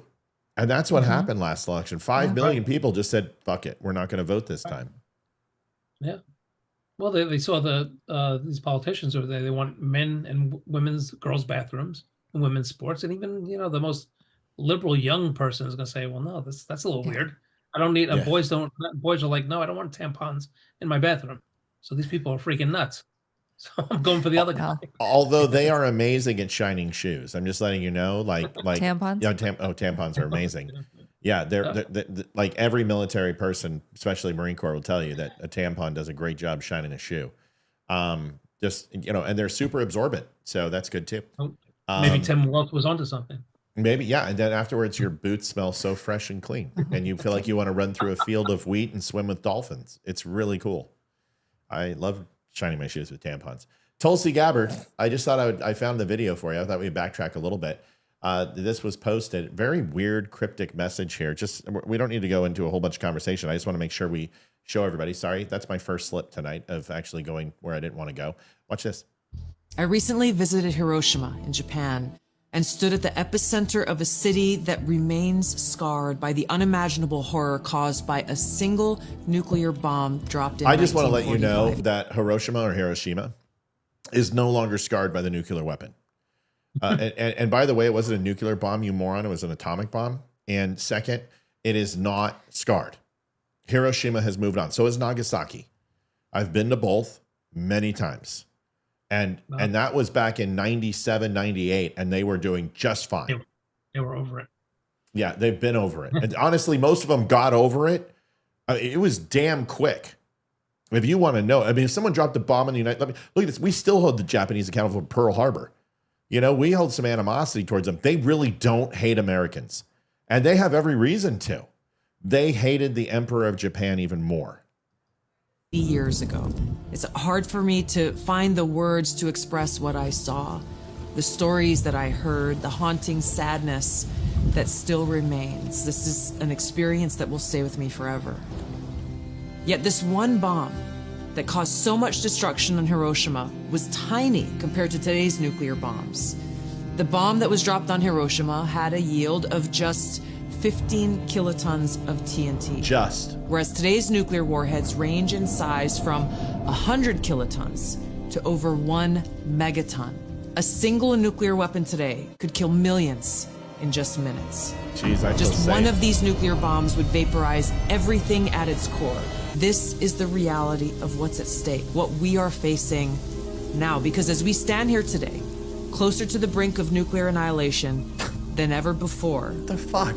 Political elite and warmongers are carelessly fomenting fear and tensions between nuclear powers. I feel like you're fomenting a little bit of tension with me right now. I literally, my butthole just puckered, lady. We must reject this path to nuclear war and work toward a world where no one has to live in fear of a nuclear holocaust. That's just... I have a new nickname for her. Okay, Olivia's got a new nickname, and then I want to hear It's Cruella DeVille, because every time every time she talks, I just can't take my eye off of the gray strip in her hair, and then I start thinking about Dalmatians, and my brain goes off on a tangent. I have no idea what she's talking about. And So she looked that's extra pale there, which made it. so Cruella needs to get her shit under control. It reminds me of the COVID commercials, right? It's just like, you're will die. all going to die. And I'm just like, I don't want to die. Too bad. Your dog's going to die too. My dog, Pogo? What about my goldfish? Dead. No. Amy, what's up with your girl? She's tripping. Your girl. Yeah, I've always been a big fan of hers. She's always been my favorite. And I wanted to grow out my gray stripe, but I actually just caved yesterday. I was like, no, cover it. It's so bad. I think this is terrifying. Honest to God, this is so scary to hear. And all I could think of was actually like Pompeii when she was showing like that one like video of like the kid vaporizing. I don't know. It just seems awful. And yeah, let's all get nuclear weapons and see what happens. I don't know. This is terrible. It's terrible. It's interesting. Occasionally you get some intel that helps you out. And this isn't intel. I mean, I can understand why somebody who's currently be like, dude, you're intel. It's not intel. It's essentially news and other reporting agencies and me regurgitating that information. And true intel is basically, it's not coveted like it's your own personal piggy bank. Intelligence comes in many forms: electronic intelligence, human intelligence, radar intelligence, imagery analysis. I mean, and you can go on and on and on. So I call stuff intel because it is. And can I just say our show looks much better than Tim Pool at this point. And Tim, I always loved your show because I was so jealous. But you know what? Fuck you, buddy. Our show looks better. I'm just letting you know. Has anyone watched Benny? Has he changed his set yet? Benny's going to change his set any day. I told you we need to have the competition of who's going to get it right, of how many days or months it's going to take Benny to change his set. I bet you right now he's taking a sledgehammer to his. I bet you he is. No, but she's pacing outside the other door. If you want to let her in, she can come in.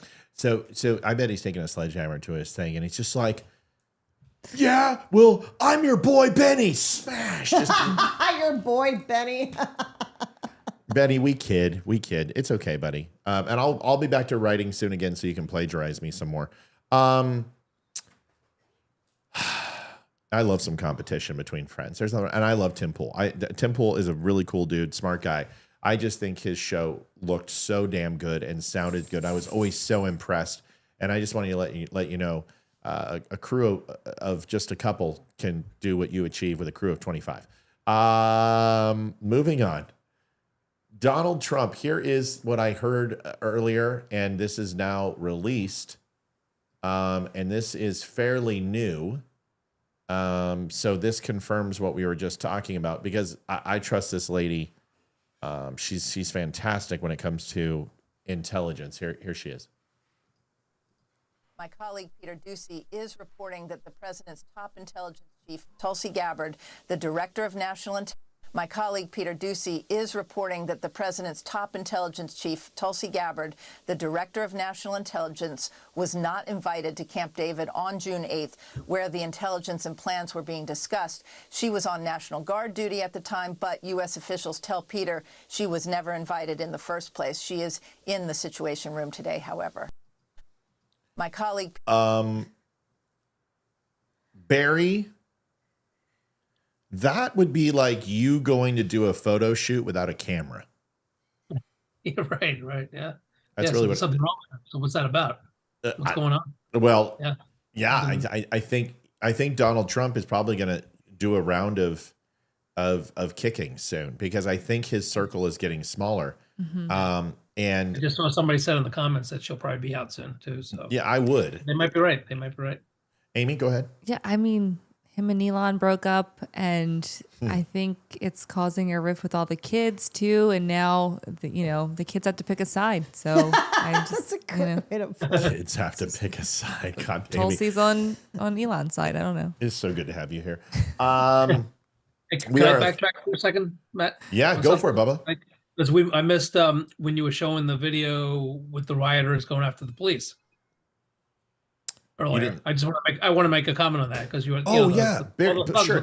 You never have to ask. Just go, dude. You got it. Good. Yeah, because so I was going. That to me, that's just the most infuriating. When I see these protesters and these goddamn animals going after the police so disrespectfully, and I know we have freedom of speech, freedom of protest, but to me, they're going too far. I guess that was California. That was it.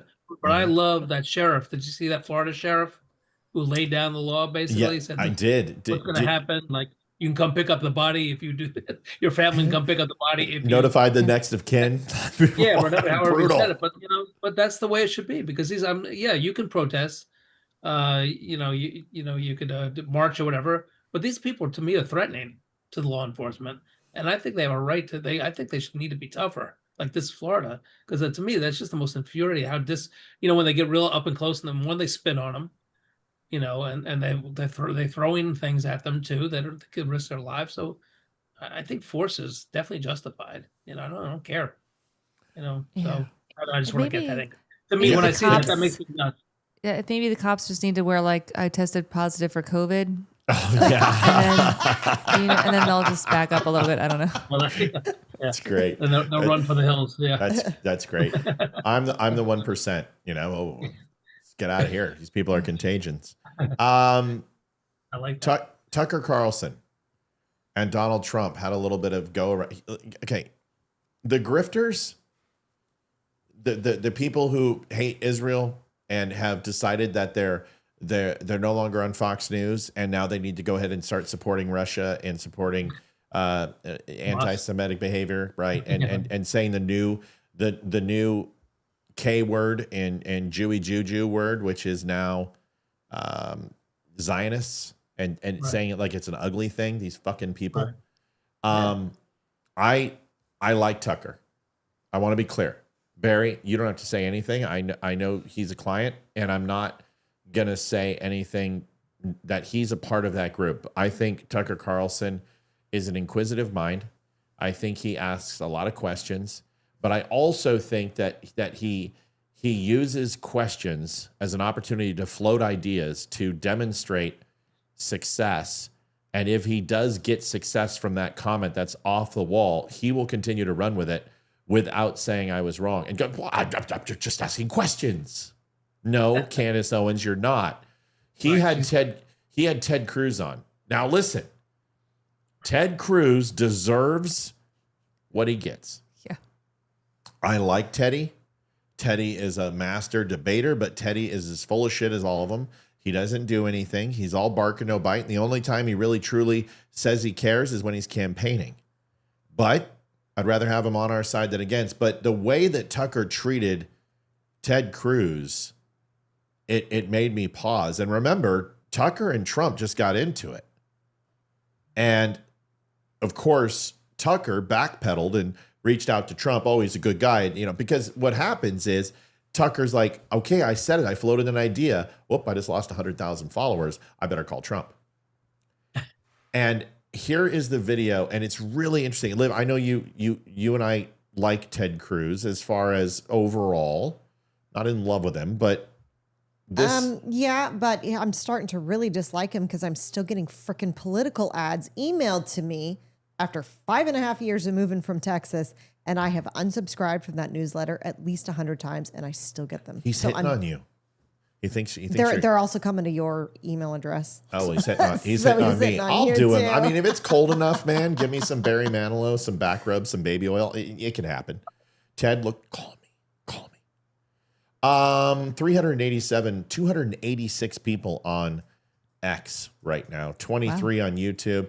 Ratio is actually better on YouTube than it is on Facebook. Facebook, why don't you just openly admit you hate me? I think they did when they took away all of our funding. That was their way, in not so many words, that they hate us. Those assholes. Exactly. All right, moving on. Here is the video of Tucker. And this gets a little contentious. And I can't stand... Okay. Barry, can I use you as an example real quick? Sure. Awesome. Barry, what's the population of Rhode Island? You got me. You don't care about the people in Rhode Island? No. You don't like those customers? Exactly. Why do you hate Rhode Islanders? Is it personal? Is it just okay? I can't. That was a weird argument, right? No, but that's the argument that happens exactly. all the time, where people will ask you some random shit that you looked up on Wikipedia 5 minutes ago before the interview, and then drop it on me and go, "You're uneducated about Rhode Island," and it's like, I don't give a crap what the population is. What I care about when we're talking about Iran is the regime and the terror and the funding and the things that they have done unequivocally to destabilize the Middle East and, more importantly, the world. I don't need to know their population. Yeah, well, Ted Cruz's answer was correct. He said, what's the difference? If it's 8 million, 10 million, what's the difference? That's right. What is the difference? It's all a number. Yeah, it was an odd question.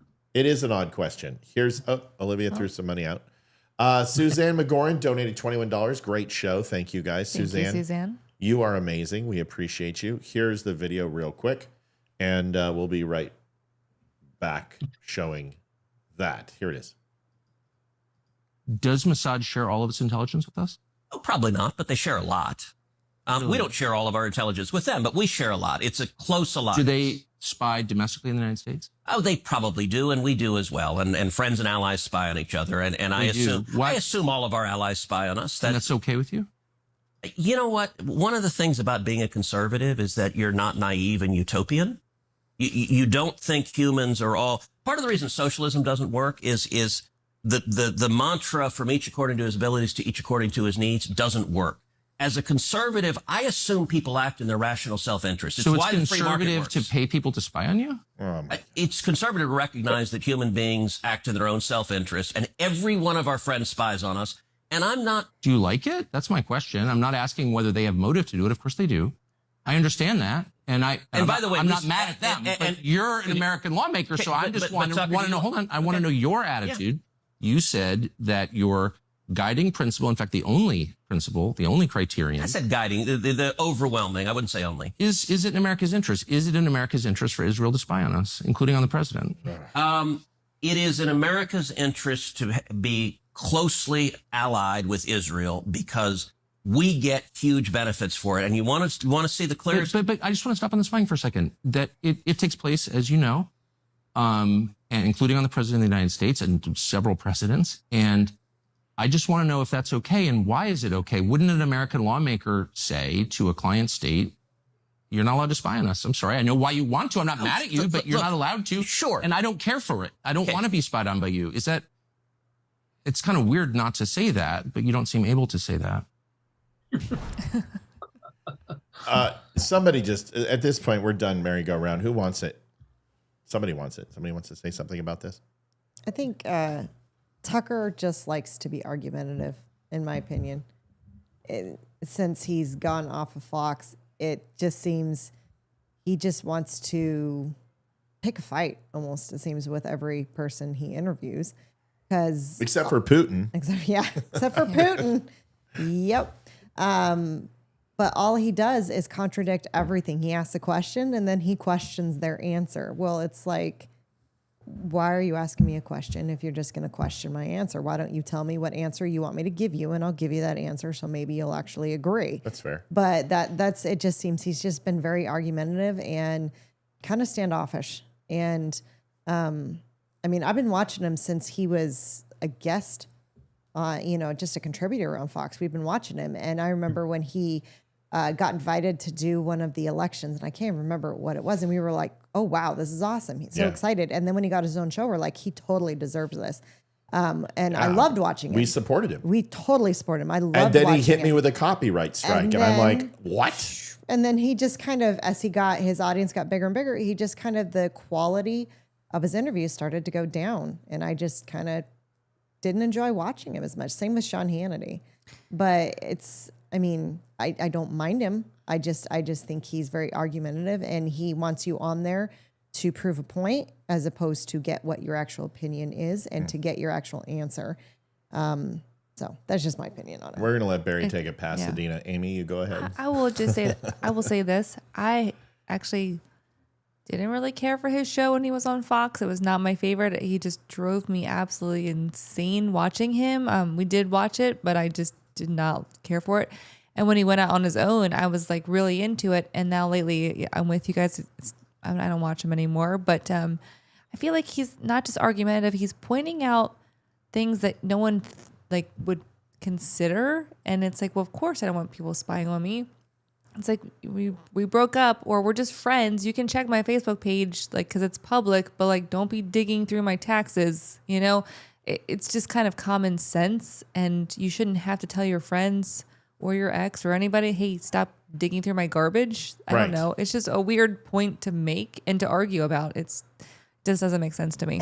That's all. And the thing is this, is that Chuck said it best, spying is a game. And you just because people are your friends doesn't mean you should trust them with no equivocation. You should check them from time to time, because this is how you get Pearl Harbor. This is how you get 9/11. We thought the Japanese were friendly. We were in the middle of a peace negotiation and peace treaty as they were planning to bomb us. So there are times. Go ahead, Barry. I was going to say weren't they at the White House? Yeah. When we were bombed, or right before we were bombed, I think they were in the White House. Someone there. Yep. I forget who it was. Well, they gave us medals and honors of notoriety of peace, and we drank sake, and so all of these things. So we put those medals on the bombs we dropped in the Doolittle raid, just to give them a little. Did they do that? I don't remember that. Yeah, they pinned them. They pinned them on the bombs on the B-25s. Oh, I love that. Oh, I do too. I think it's great. Just I didn't know that. When people are sending, putting rounds over Islamic areas, rolling them around in bacon grease. That's great. Yeah. You got to do some listen, you got to do it mentally. It's not like the Japanese didn't, quarter people and decapitate them and put their body parts in all areas. I mean, the English did that too. They put them up in Yorkshire and all the way down into borders of Ireland. They would take their enemies and cut them apart. And they did it to William Wallace. The Japanese were horrible. They would do horrendous things to American troops. Look up the march to the Bataan. Yeah, Bataan March. Death March. Yeah, unbelievable. Anybody who reads a book, if you haven't read here's a good book. Bill O'Reilly is kind of not my favorite, but if you haven't read The Rising Sun, it's a great book. Yeah, you gotta read it. Good stuff. Yeah.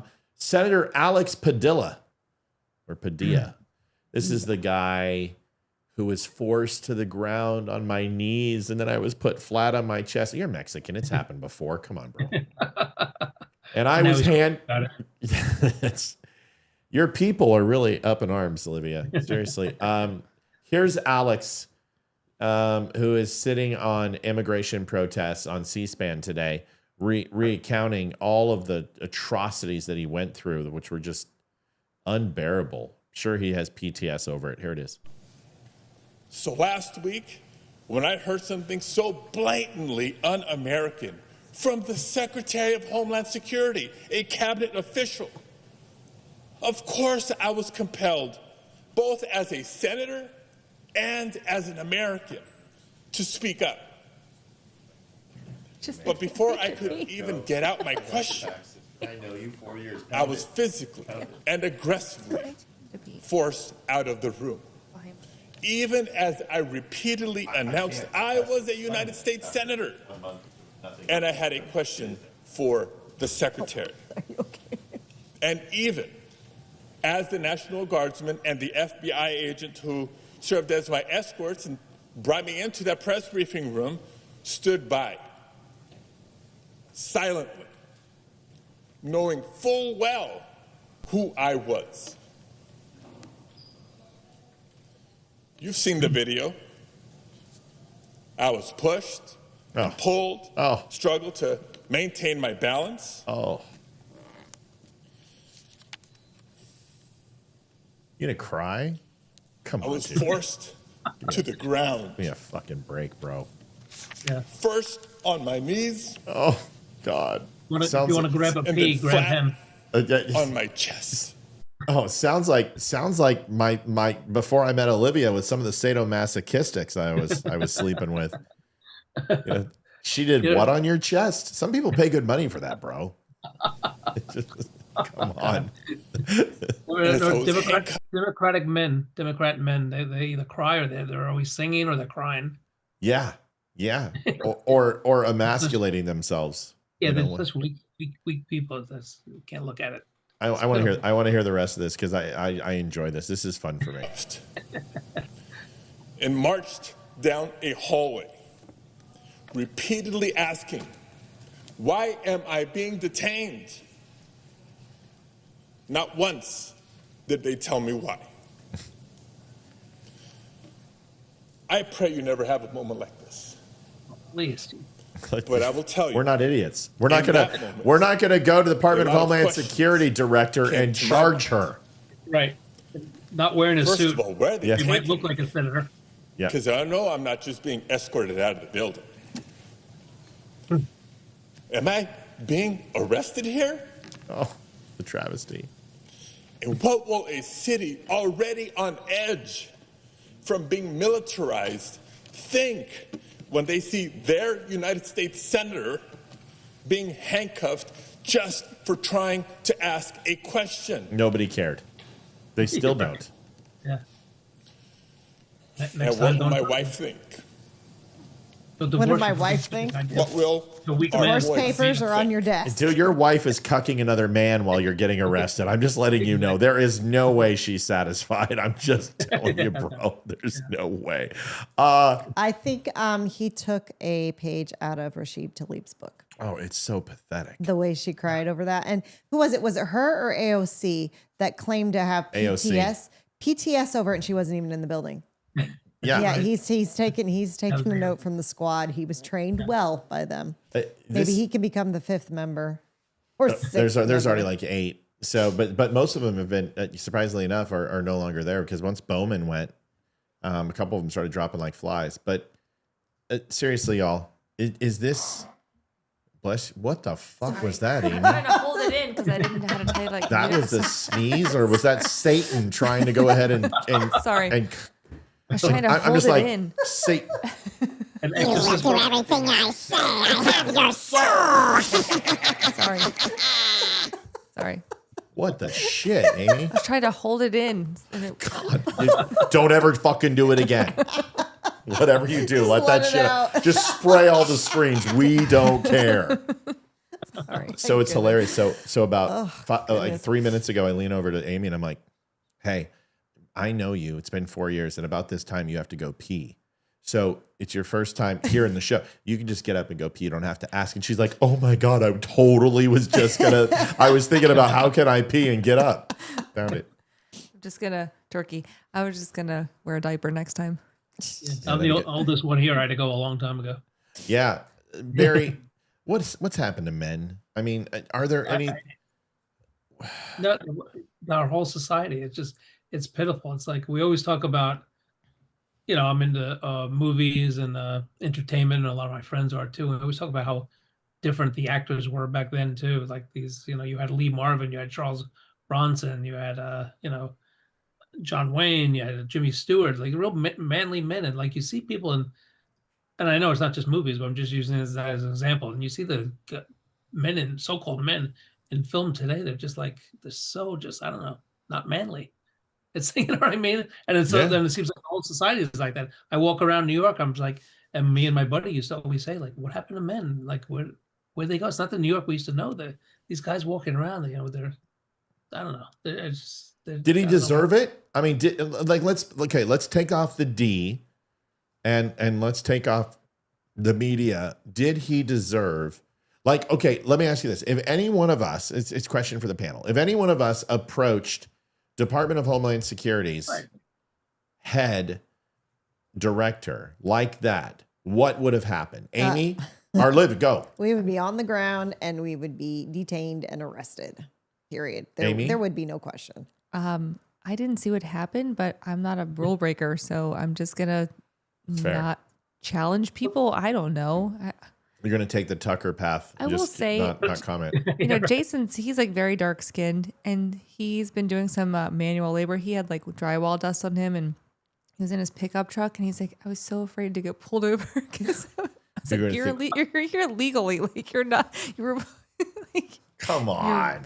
We're born here. It's just funny. But yeah, he shows up. He's not in the suit looking like a senator. I forgot what he's wearing, a tracksuit or whatever it was, sweats or something. He didn't look professional. I think they said he didn't have ID, didn't identify him, and he starts. He didn't have his congressional. He didn't have his congressional pin on the lapel, which is standard. That's what it was.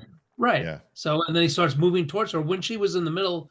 I think it was on air press conference or event or whatever. So you don't do that anyway. If you have a question, you wait till she's done. And you ask a question.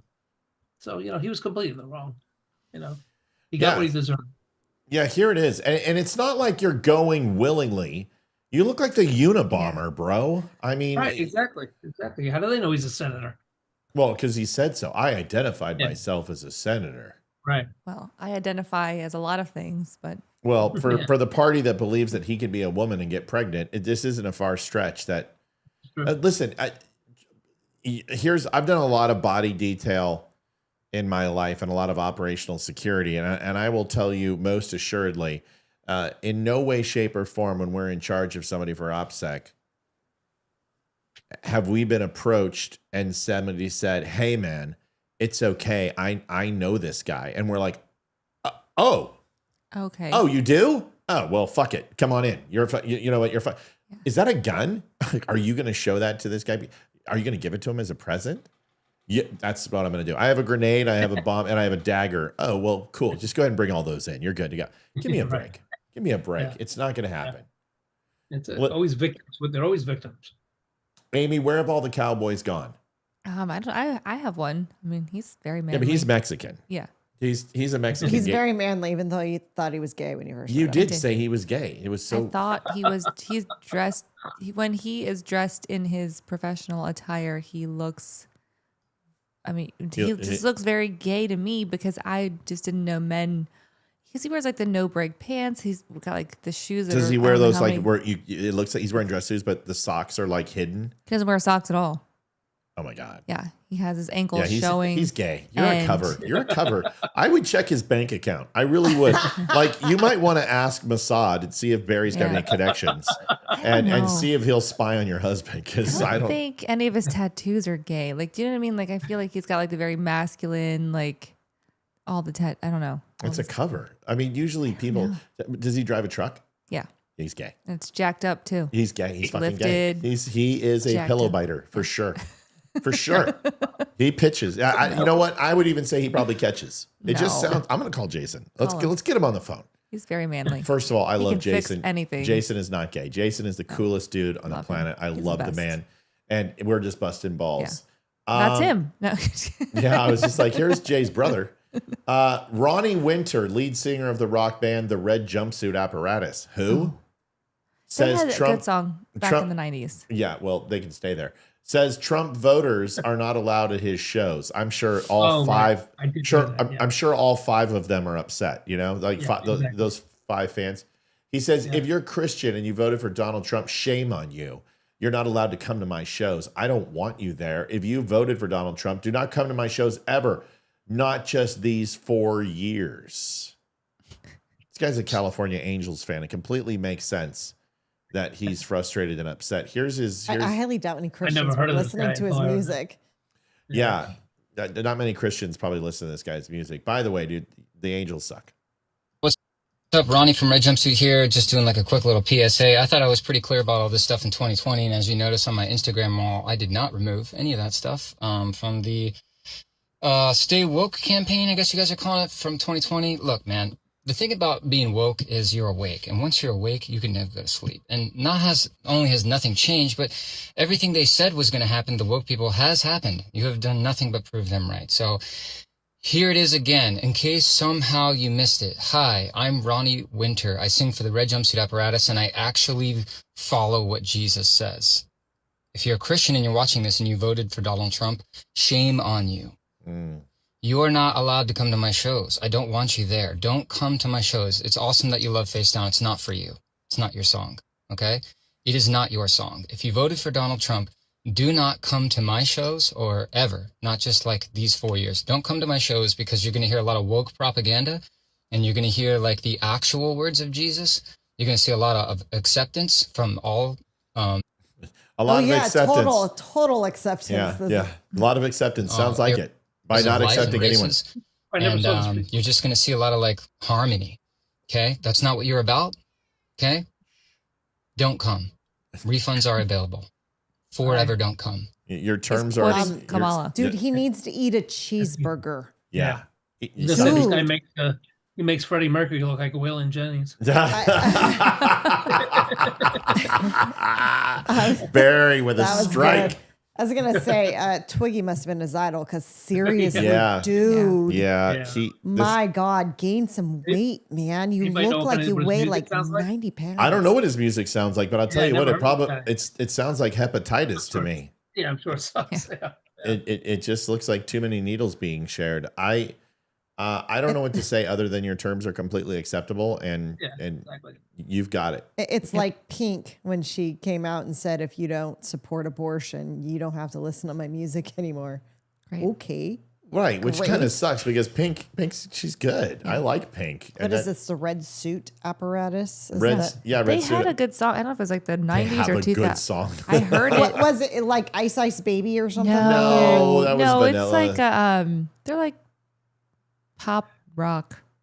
I don't know what they call it now. They were good back. I don't know. They had like one song that I remember. Couldn't tell you the name Is it of called it. Face Down? That's the new one he was just talking about. I don't know. Face Down. That sounds pretty Christian. It probably sounds like what Jason does with his boyfriend. so 429 people on. Sorry, Jason. It's Jason, shut up. You got it. We love you. You know we love you. 335 people on Twitter. That's huge. 75 on Facebook and 19 on YouTube. And then Wimpkin and Rumble, we've got at least 150 as always. So it's nice to see so many people here, folks. Donation. Listen, it's been fun so far. We've had a good time. We are at 9 o'clock, and it's amazing how quickly it goes. We are at $125 for our inaugural show with our first studio remodel. I don't know if we can do this. As usual, it's giving me a complex. Freaking Amy. I always feel like it's my folks, fault. I don't think we can do this. I mean, this would be a travesty to have our first launch show in the new studio and have so many people. If every single person gave $1 right now, we would double up our goal. Can I have the code, please? I'm going to check PayPal. You better check something. Can you check? That's what I'm doing. I'm checking PayPal to see if. Can you check some to of see them if the haven't gone Swiss through. bank account got shut down or something? Hand that to Olivia. My gosh, folks, we'll be right back. Here's a desperate commercial needing your help. Please, we need to convert Jason. Help us. No, like Jason, I'm available for $200 and some odd dollars.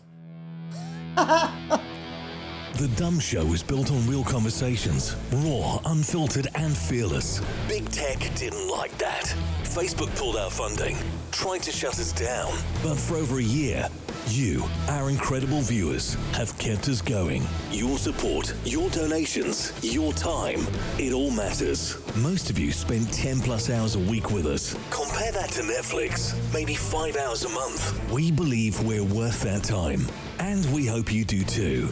But listen, we don't want giving to feel like a burden. We want it to feel good. So take a second to ensure you're in a good spot. If you're in a place to give, that will be amazing.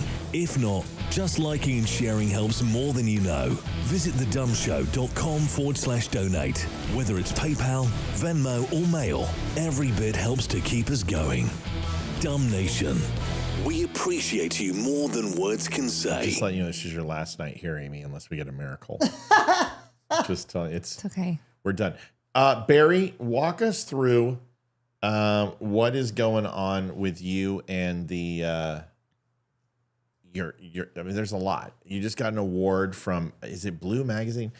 Yeah. Yeah, and then you've got a photo Well, they did shoot. a write-up on really nice write-up on base. All right, Blue so tell Magazine. us about that. Tell us about Virginia. There's a photo shoot coming up in August, I believe. I know more. I'm a stalker. I stalk you. Yeah, no, I love it. And then your book. Tell us all about it. Give us a few minutes and go ahead. Well, so Blue Magazine, start up with them. They're just the greatest guys. It's the nation's top law enforcement magazine, Blue Magazine. Great friends with their editors, Daniel DeVal, George Beck, just great guys. But I've been doing work with them for a long time, and they just did a nice write-up for me because I'm so supportive of the police, law enforcement. So that was to me that was an honor. That was better than winning whatever award you can think of, but that's just a really cool honor. So Virginia, I'm back August 23rd, 24th for my weekend of headshots. I'm going to be in Alexandria doing a weekend at a studio down there. We do that twice a year. So that's our next outing. And the book, my rock and roll book. So I started my career as a rock and roll photographer. So accumulated quite a bit of iconic shots and musicians. That last guy we just saw will not be in the book, whatever his name is. The freak we just saw, he's not in the book. But anyway, that's coming out in the fall. And I will be posting information about that. It's called Rock and Soul. We settled on a title, Rock and Soul, Portraits by Barry Morgenstein. Awesome. So we're excited about that. We'll be carrying that as well. And to let everybody else know, is tomorrow it'll be up on the site. T.S. Dixon's book, his final revised, is up, and we'll be carrying that as well. And he'll be in the studio shortly.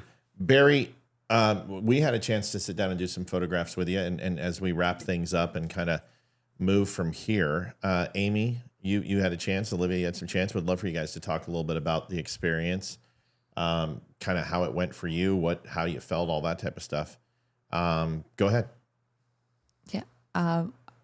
It was an amazing experience. I mean, honestly, you walk in, they pamper you. Everyone's so friendly when you walk in, like you get greeted, and it's just all these wonderful people who are just so different, but the same. I don't know if that makes sense, but like everyone's like they're big personalities, but so friendly, so welcoming.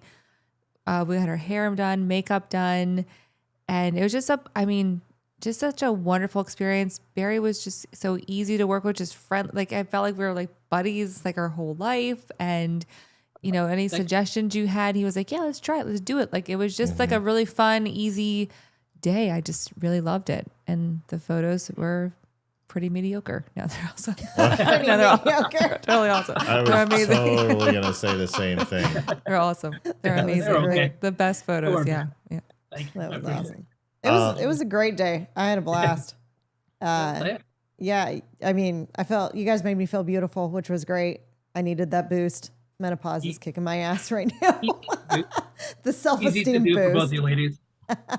But I mean, I've done modeling in the past, but I was a teenager when I did it, so I was a little nervous about getting in front of the camera again. And I loved it. We're actually talking about coming to you for family photos with our kids. So you should. Yeah, let me know. I'd love that. Yeah, that was a great shoot for sure. So I know the answer to this question. By the way, Liv, let's get that in. Right now. So a cue from Kevin Bernard, Uncle Stumpy, says it's actually from Beebs on Rumble. But I can read. Sorry. Anyway, it's from Uncle Stumpy, but it's a question in proxy from Beebs of Howie, verified supporter plus. Wonder why Barry has Dick Winter's photo from Band of Brothers behind him. Cool if he was a relative of him. Oh, wow. That's such a good observation. Dick Winters, and next to Dick Winters is the Sullivan brothers. I'm just a big World War II buff. I love American history. I love World War II history. Fascinated by the 40s, that whole era. I just love Band of Brothers. It's like one person I wanted to meet was Dick Winters. He just became one of my heroes. I think every book written about him. The Band of Brothers book written by the historian, drawing a blank, but a few books on Dick Winters, and he's just been one of my heroes. And I actually found that picture online. It's actually a sign. I don't usually collect autographs, but I found a signed picture of him, so that's a pretty treasured piece right there. So yeah. Deborah McLaughlin donated. Love the new studio. Barry, so your love for history, where did that come from? I think since I was a kid, I used to love watching, it was a combination. I used to love watching World War II movies, black and white movies. To this day, I still love it. So as a kid, that just fascinated me. And my dad was a big historian too. He loved history. He had a lot of history books, and he would sit in our TV room. He'd be watching World at War, Victory at Sea, these old great World War II documentaries. And I would just sit there with him, and it just caught my attention. And I just, between those two, the movies and the documentaries, I just became fascinated by that time. And just, I just love everything about just the reading about World War II, just the greatest generation.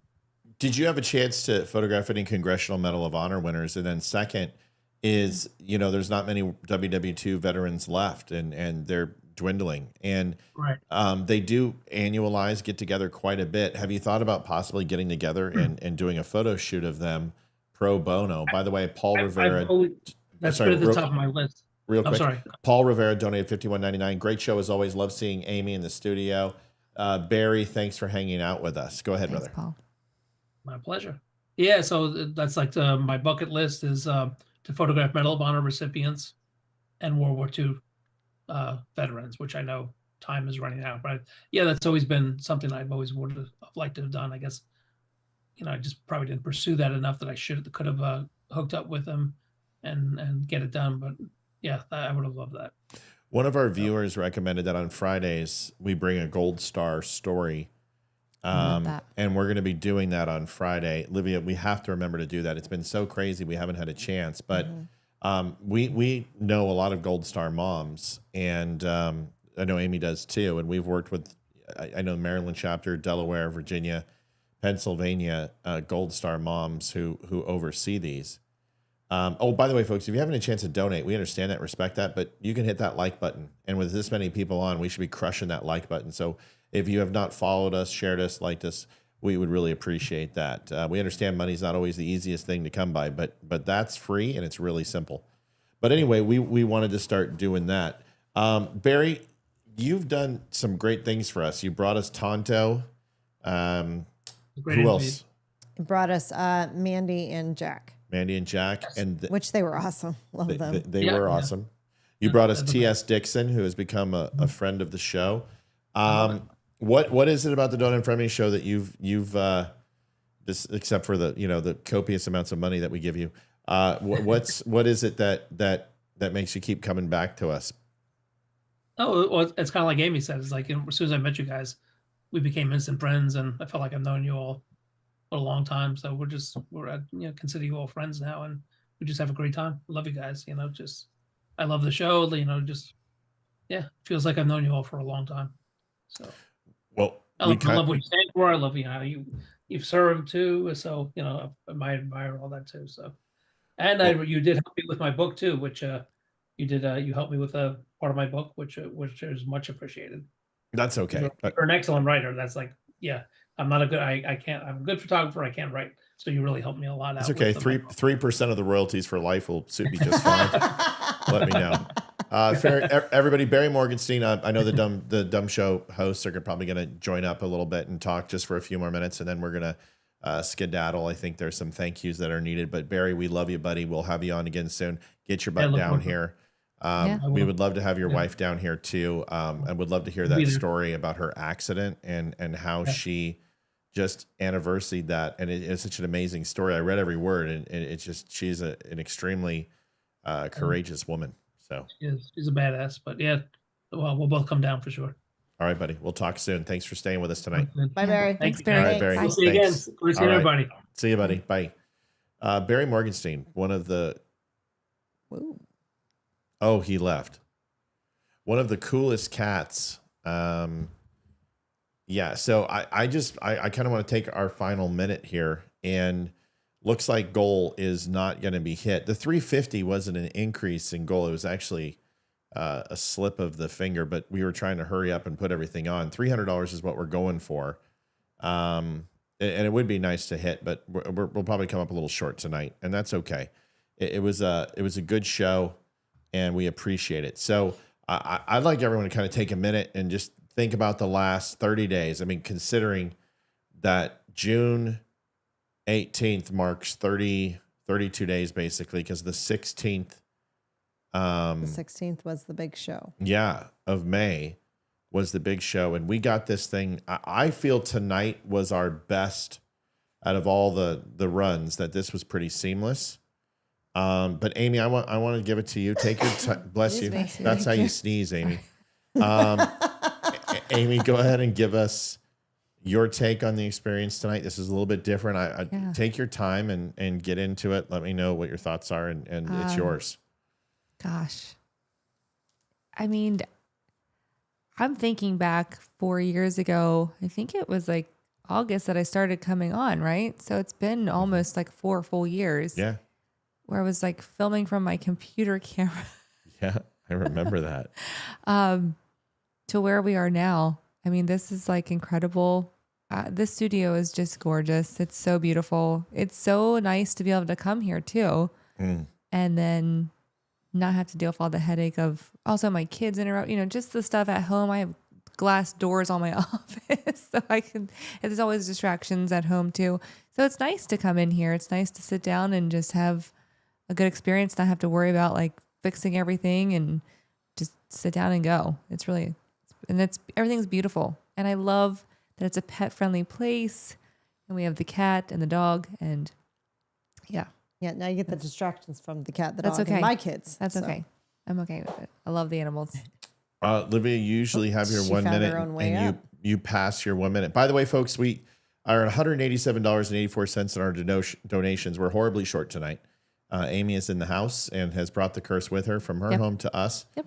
And we need a little bit of a miracle to hit gold tonight. And Yenny is showing off for the camera. Come on, guys. Yeah. Look at her. She's not flaunting that booty. Come not on, what guys. I was imagining on our first night, but let's hope we can get it. But Olivia, go for it. It's been a long, adventurous month. We have never done anything like this ever as a couple. We may have touched up a few paint spots here and there, but we've never done anything like this. And at the beginning, after a couple of days, I was like, either this is going to get us a divorce or we're going to become much closer because because anything happened, but because I knew at some point we were gonna disagree on something or we were just gonna be exhausted. But you know what? I think we did great. I think it was this last weekend on Sunday that was rough. That we were both exhausted and trying to make the deadline of Monday. And I think we both just melted down. And I think that was really the only night we ever got mad at each other. And it was over stupid stuff. Oh, it was so stupid. I don't even know what it was. I don't even remember what it was, but it feels like forever ago, but yet it flew by so quick. And I can't believe we did this in a month. And I have to thank the kids too, because they really did help a lot. Yeah. So especially Ethan.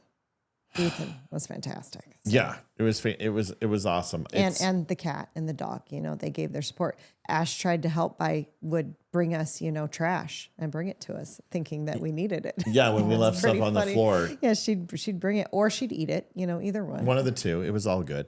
And this isn't all it's going to be. I mean, it's a panel. We understand that. We're going to have guests in studio that aren't going to be remote, and that's just it's a different feel when everyone's in the same room. And it took a village to build it, I mean, and that's probably the biggest thing is, it was 30 days, but there was a sense of expedience because of Chuck, and we wanted to make sure that he could see it. And Chuck's doing much better, which is a blessing. And it's such good news that he's doing well. And would take it all back as long as he's good.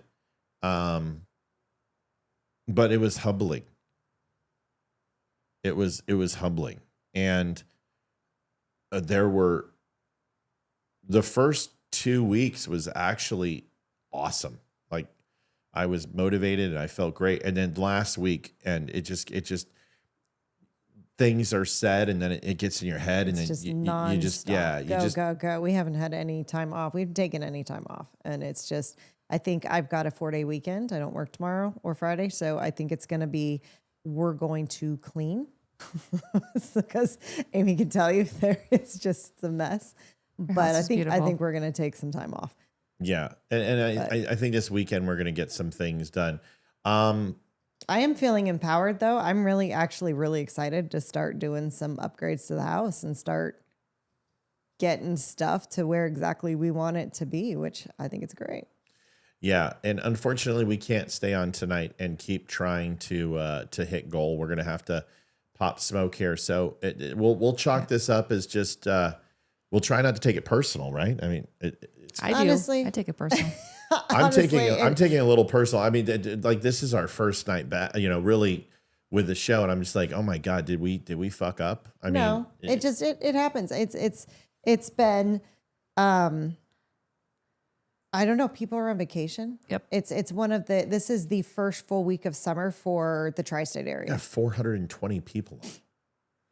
It's crazy. They're on vacation. They're not spending money on us. They're living their life. It's summer vacation. To be honest, I always thought that it was going to be December, January, and February. Yeah, those were going to be the for us. slow months. And I thought spring and summer would be great. Well, I think it's complete opposite because I know it's Christmas, but Christmas is you're in a giving mood.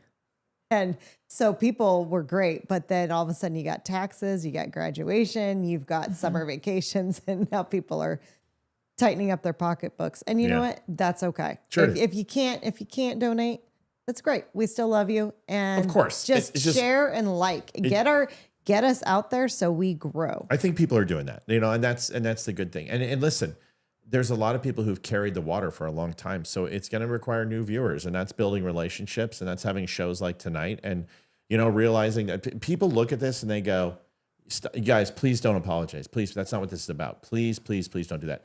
But people see a set like this and they go, these guys are rolling in it, and they don't know the story, and that's our job to tell them and say, no.